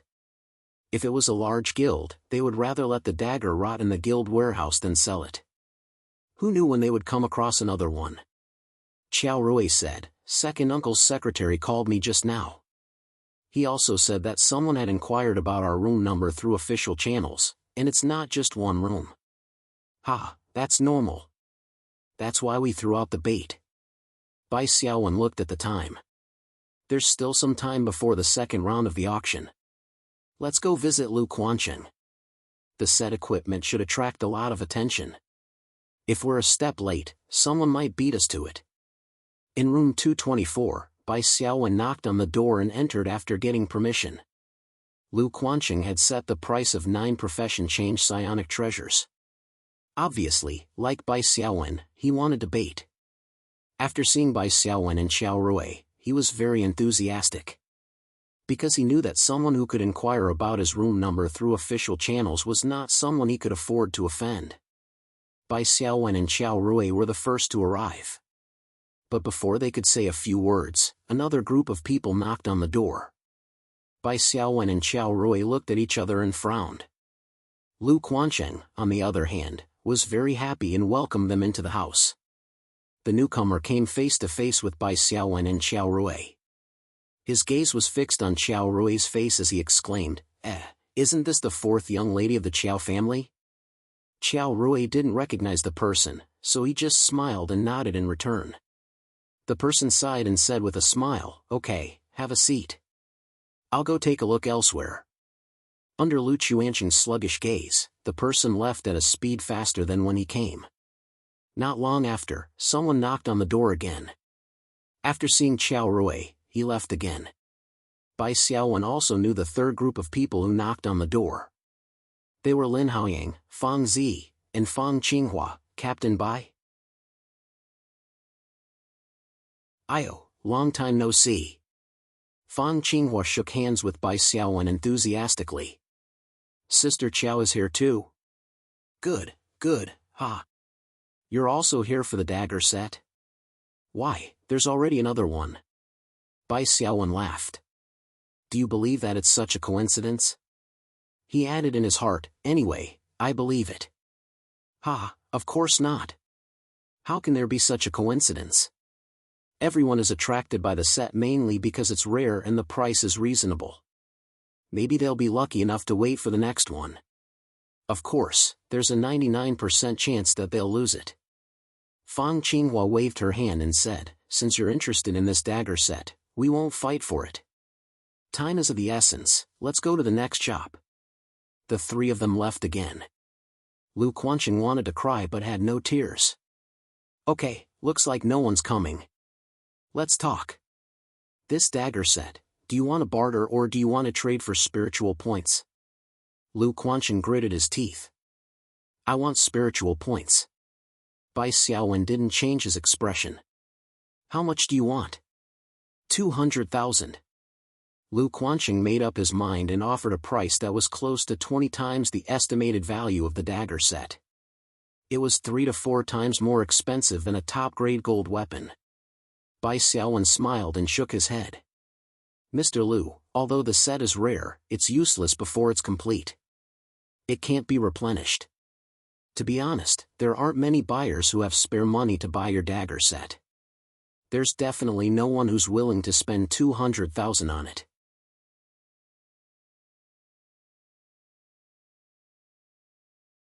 Chapter 1088. Bai Xiaowen was shocked as well. Bai Xiaowen was even more shocked when he saw the equipment. It was a green dagger with a familiar shape. He looked at the name and found that it was called Viper's Jaw. Bai Xiaowen rummaged through his storage space and took out another green dagger. It was also called Viper's Jaw. I didn't expect that we would have another equipment set. Bai Xiaowen said, weapon sets usually only have 2 pieces. This Viper's Jaw was dropped from the treasure chest of Skalata, the leader of the Nagas, in the Black Tide realm. As long as we buy this, we will have enough for a set. Qiao Rui reacted quickly. Okay. Bai Xiaowen looked at the price. On the shelf, the Viper's Jaw was estimated to be 11,000 psionic energy points. The highest price the seller could offer was 110,000 psionic energy points. However, the value of equipment sets could not be calculated with psionic energy points. The seller was not a fool. The price he offered was 9 psionic treasures. Obviously, this price could not be taken seriously. It was just to attract people to talk to him face to face. Interesting. It seems that we need to find out the identity of this seller first. Bai Xiaowen looked at Qiao Rui. Qiao Rui nodded. I will make a call. Although Qiao Rui was the daughter of a high-ranking official, he would never use his family's power because he could solve most problems with his own ability. However, Qiao Rui would not hesitate to use his family's background and intelligence network when he encountered a situation like this. One's family background was a part of one's strength. He would be a fool if he did not use it. It did not take long for Qiao Rui to get a reply. Room 224. The registered name is Lu Quancheng. Qiao Rui put down the phone and whispered in Bai Xiaowen's ear, someone will send Lu Quancheng's information over soon. Bai Xiaowen nodded. The first round of transactions ended very quickly. Most of the items that Bai Xiaowen had put up for auction were bought by people. Moreover, the bids were not lower than his price, so the transaction was concluded immediately. The printer on the side of the projection wall spat out 2 copies of the transaction voucher. After that, an official metahuman knocked on the door and entered, taking away Bai Xiaowen's goods and the transaction voucher. He would go to the room of the corresponding buyer, complete the transaction, and bring the corresponding goods back to Bai Xiaowen. About a quarter of an hour later, the official metahuman knocked on the door again and entered to make a deal with Bai Xiaowen. Of course, Bai Xiaowen and the buyer had each paid 5% of the estimated value of the psionic points as the transaction fee. This amount of psionic points was just a drop in the bucket. Of course, the government's profit was not limited to 10% of the total value of psionic points. A greater hidden benefit was that if the government took a fancy to a certain product, they could secretly offer a higher price to intercept it. This was not a loss for the seller, and the profit would even be higher. However, it was not so friendly to the buyer. Of course, with the government's vision, they would not do such a thing easily. Qiao Rui received the phone call. After listening to it, he said thank you and hung up. Lu Quancheng, from the Longjiang base city in the northeast region, a mid-level member of the Black Blade Guild, Qiao Rui said slowly. His background is basically 0. His grandfather, Lu Hongji, was a high-level metahuman, but he passed away many years ago. After a pause, Qiao Rui said, Lu Quancheng himself is a standard metahuman, strength type, only at level 6. Bai Xiaowen quickly outlined the image of a middle-level metahuman struggling in his mind.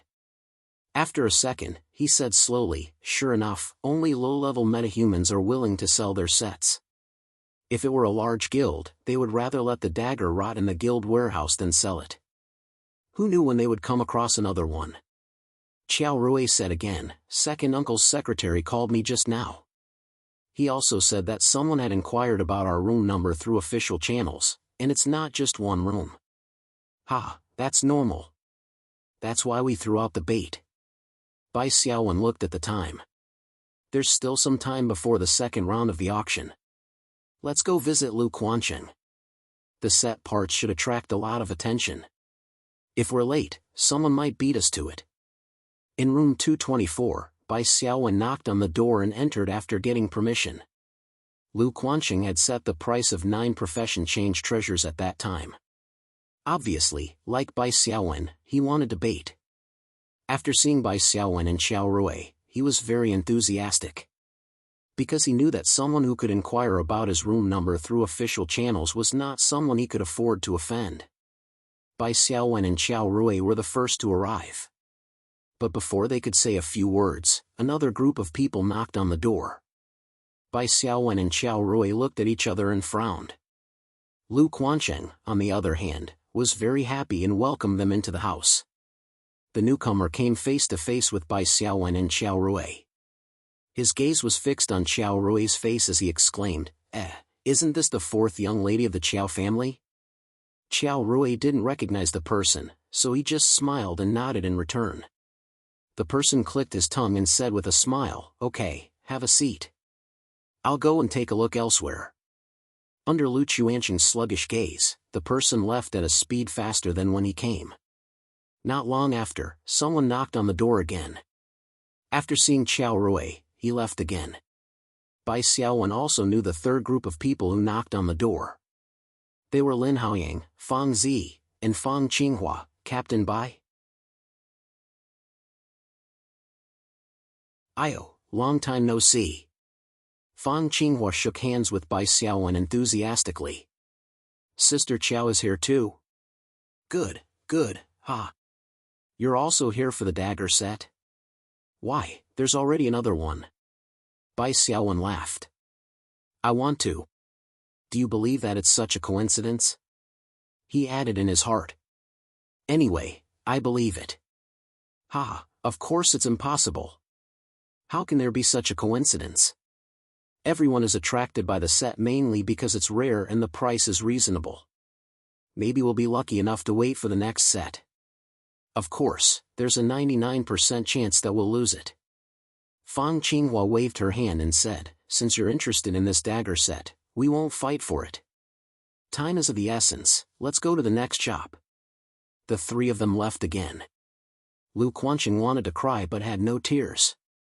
"Okay, looks like no one's coming. Let's talk. This dagger set, do you want to barter or do you want to trade directly with spiritual points?" Lu Quanqing gritted his teeth. "I want spiritual points." Bai Xiaowen remained calm. "How much do you want?" 200,000. Lu Quanqing made up his mind and offered a price that was almost 20 times the estimated value of the dagger set. It was 3 to 4 times more expensive than a top-grade gold weapon. Bai Xiaowen smiled and shook his head. "Mr. Lu, although the set is rare, it's useless before it's complete. It can't be replenished. To be honest, there aren't many buyers who have spare money to buy your dagger set.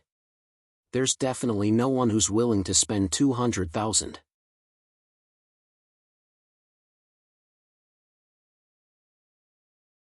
Chapter 1089. Lu Quanqing had the heart to insist, but he had to admit that the group of people who took the initiative to back down after seeing Bai Xiaowen and Xiao Rui had highlighted Bai Xiaowen and Xiao Rui's status. It also made Lu Quanqing uneasy. In a negotiation, if one party was naturally weaker, they would be at a disadvantage. They would not have the courage to stick to their bottom line. "Mr. Bai, how much are you willing to pay?" After Lu Quanqing said this, he felt a little weak. He gritted his teeth and said, "If it's less than 150,000, I definitely won't sell it." Bai Xiaowen shook his head and laughed. He could already see that Lu Quanqing was in a mess. His words were a little incoherent. However, Bai Xiaowen would not take advantage of him too much. 150,000 for a complete set was already a profitable deal. He agreed immediately.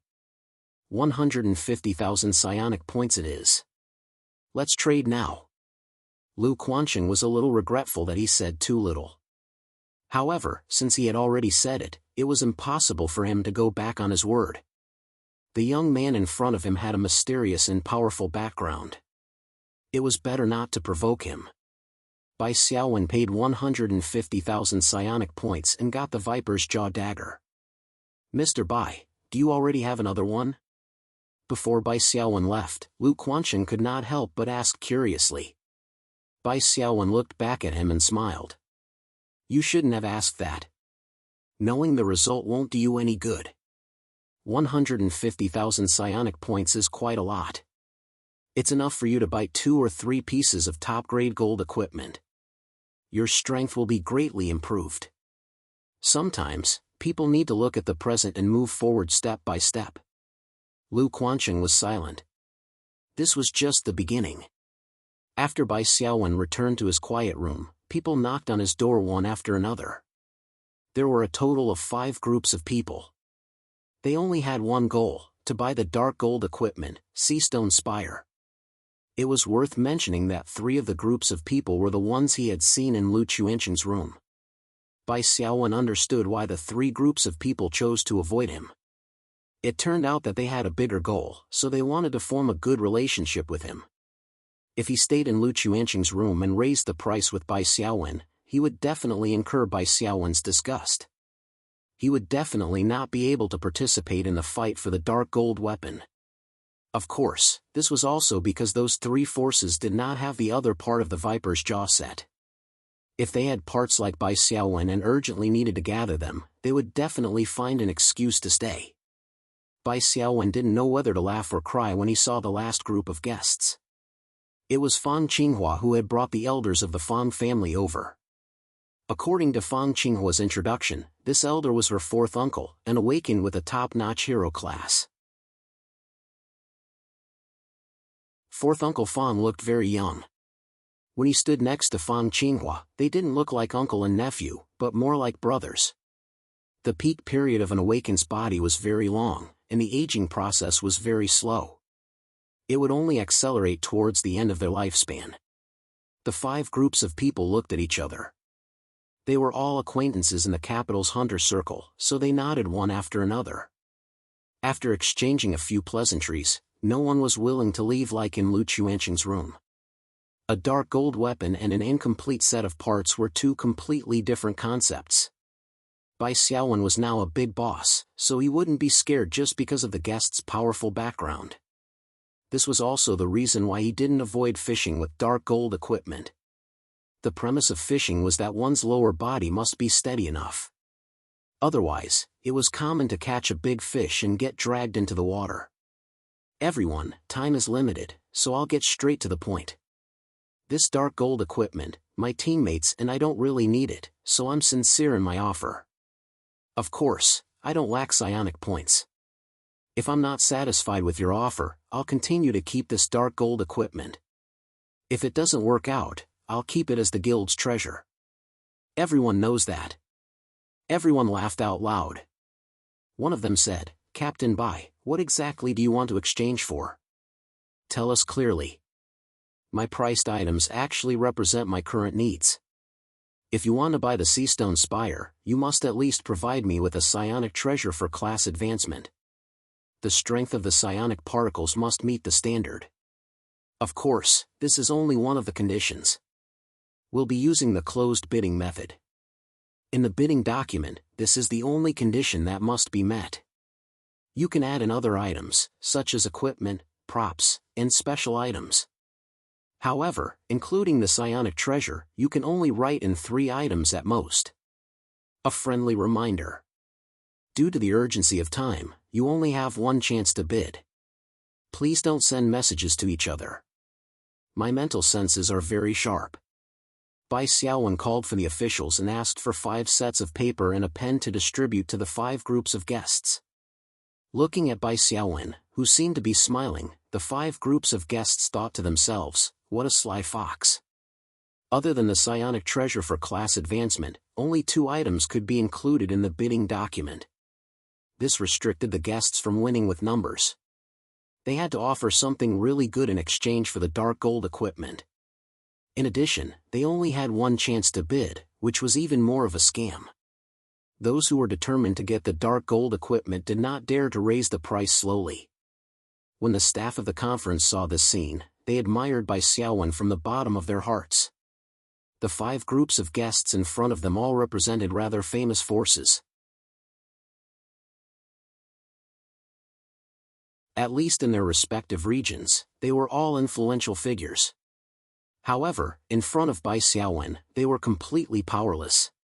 Bai Xiaowen had completely taken the initiative. In fact, it was inevitable that Bai Xiaowen would take the initiative. It had nothing to do with wisdom or strategy. The Seastone Spire was in his hands. He had enough strength, and he did not lack money. With these three factors, anyone with a normal IQ would be able to take the initiative. 5 pens were scribbling on the paper. In the end, 5 provisional bidding documents were handed to Bai Xiaowen. Bai Xiaowen flipped through them one by one. No expression could be seen on his face. Everyone could only wait for him to finish reading. When he finished reading the last bidding document, Bai Xiaowen raised his head. Unfortunately, 3 of the offers did not meet my expectations, Bai Xiaowen said slowly. The representatives of the Fang family and the 100 Battle Guild, please stay. My friends from the other 3 families, I won't see you off. The guests from the other 3 families were somewhat dissatisfied. One of them said, why? Are our offers not good enough? I'm offering 1 million spiritual energy points. Another person said, this is too unfair. Captain Bai, at least let us know why we lost. Bai Xiaowen shook his head and smiled. There's nothing unfair about it. This is an auction that I personally hosted. Of course, I have the final say. Please leave. If you want to know why you lost, you can ask the winners of the Fang family and the 100 Battle Guild later. The guests from the other 3 families were still unsatisfied. However, 4th Uncle Fang and the representative of the 100 Battle Guild spoke up to help Bai Xiaowen. Perhaps considering Bai Xiaowen's new status as a big boss, the guests from the other 3 families could not continue to pester him. They could only leave.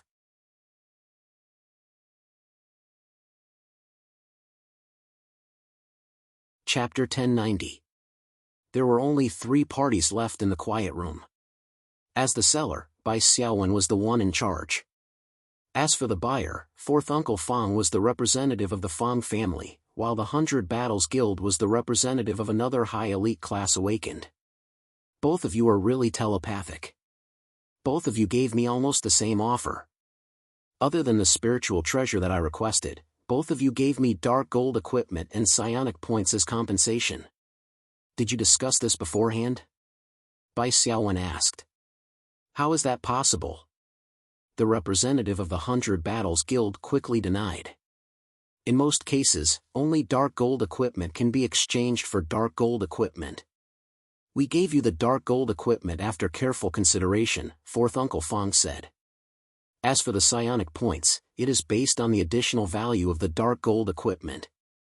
As for the price that the 100 Battles Guild gave, it should be a coincidence. Ha, just kidding. Back to the topic, please show me what you want to exchange. After all, seeing is believing, Bai Xiaowen said with a smile. 4th Uncle Fang had brought the dark gold equipment with him, so there was no problem. However, the representative of the 100 Battles Guild was stuck. He wrote that the dark gold equipment was a collection in the guild warehouse. To take it out, the guild leader needed to sign and someone had to deliver it. It was a little troublesome. However, the representative of the 100 Battles Guild had already received the guild's approval before he came. He agreed to this condition in exchange for the dark gold equipment. There was no need for additional approval, but it would take some time for the equipment to be delivered. Bai Xiaowen was not in a hurry. He first checked the dark gold equipment on 4th Uncle Fang. It was a pair of dark gold boots called sliding boots. Its additional attributes were 5 spirit and 2 agility. A total of 7 attributes was a little weak for dark gold equipment. However, the real value of the sliding boots lay in its additional skills. Floating ice, passive. User's movement speed is increased by 15%. Activating the floating ice effect allows the wearer to cast spells while moving for 120 seconds. Recharge stack, 3/3. Automatically recharges to full stack every natural day. Bai Xiaowen could not help but think of the Overlord trial card he had in the Black Tide realm. At that time, the Overlord skill, Wisdom Halo's active effect was to allow allies to cast spells while moving. Bai Xiaowen and Xiao Rui were only able to truly appreciate the perverse nature of this effect after experiencing the magical effects of mobile casting. In terms of raw data, it wasn't that powerful, but it allowed the mages to be reborn. This equipment was especially suitable for Xiao Rui. The Xiao Rui had to keep casting while playing the soul rhythm and break scale, so it couldn't move. It would become an easy target for the enemy. Xiao Rui's agility would be greatly increased if he could obtain the dark gold boots. When Bai Xiaowen saw the slippery boots, he had already taken a fancy to its function. Compared to the description of the other dark gold equipment provided by the 100 Battle Guild, the slippery boots were more suitable for the White Phoenix squad. Why did he leave the 100 Battles representative behind? It was mainly to give the Fang family some pressure. It was a good thing for the seller to have an equal bidder. Before the 100 Battles sends the dark gold equipment over, let's talk about the compensation first. Both of you know the value of the Seastone Spire. It has super high attack power, damage, and area of effect skills. It's definitely a top-grade dark gold equipment. As a weapon, it has a lot of bonus points. As for the dark gold equipment you've offered, one is a pair of boots, and the other is a pair of leggings. Both of them are relatively mediocre. Bai Xiaowen spoke frankly.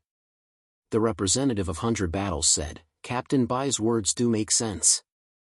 But other than providing dark gold equipment, I've also provided a treasure that can help with class change and 200,000 spiritual energy points as compensation.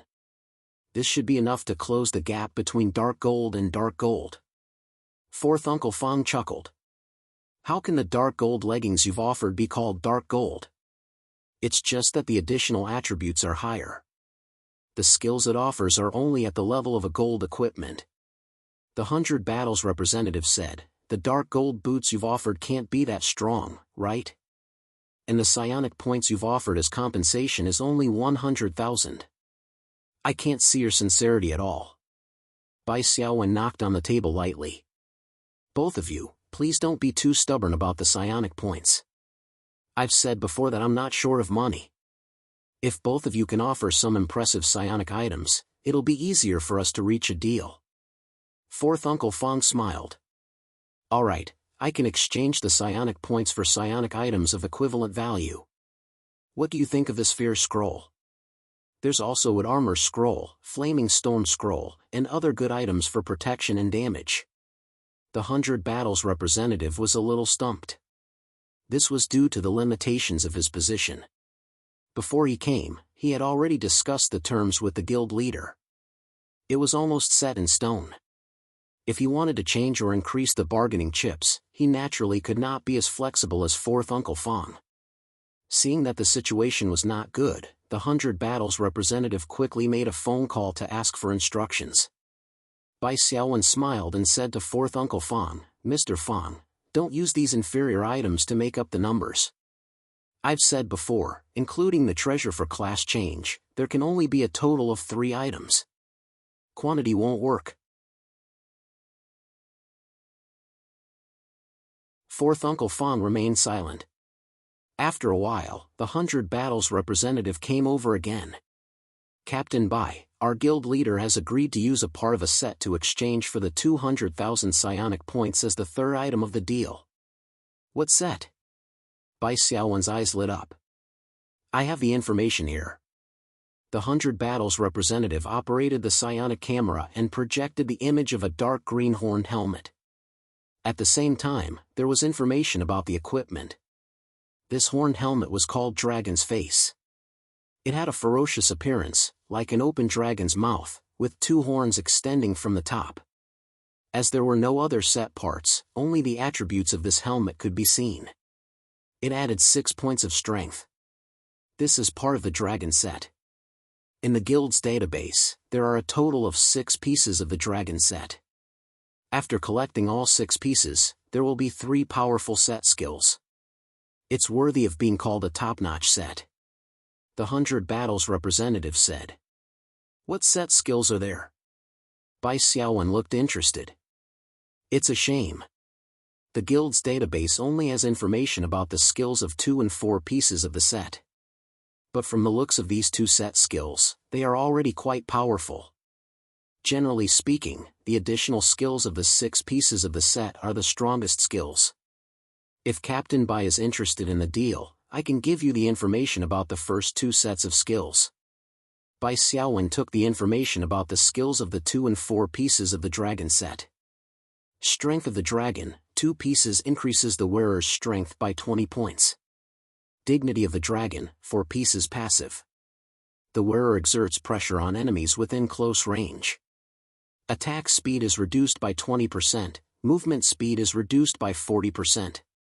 Active activation of the dignity of the dragon will cause enemies within a large range to be stunned for 1 to 3 seconds. The closer they are to the wearer, the longer the stun state lasts. You're tuning into the Mythic Realms YouTube channel. Don't forget to subscribe and join us on this journey to catch the most captivating stories.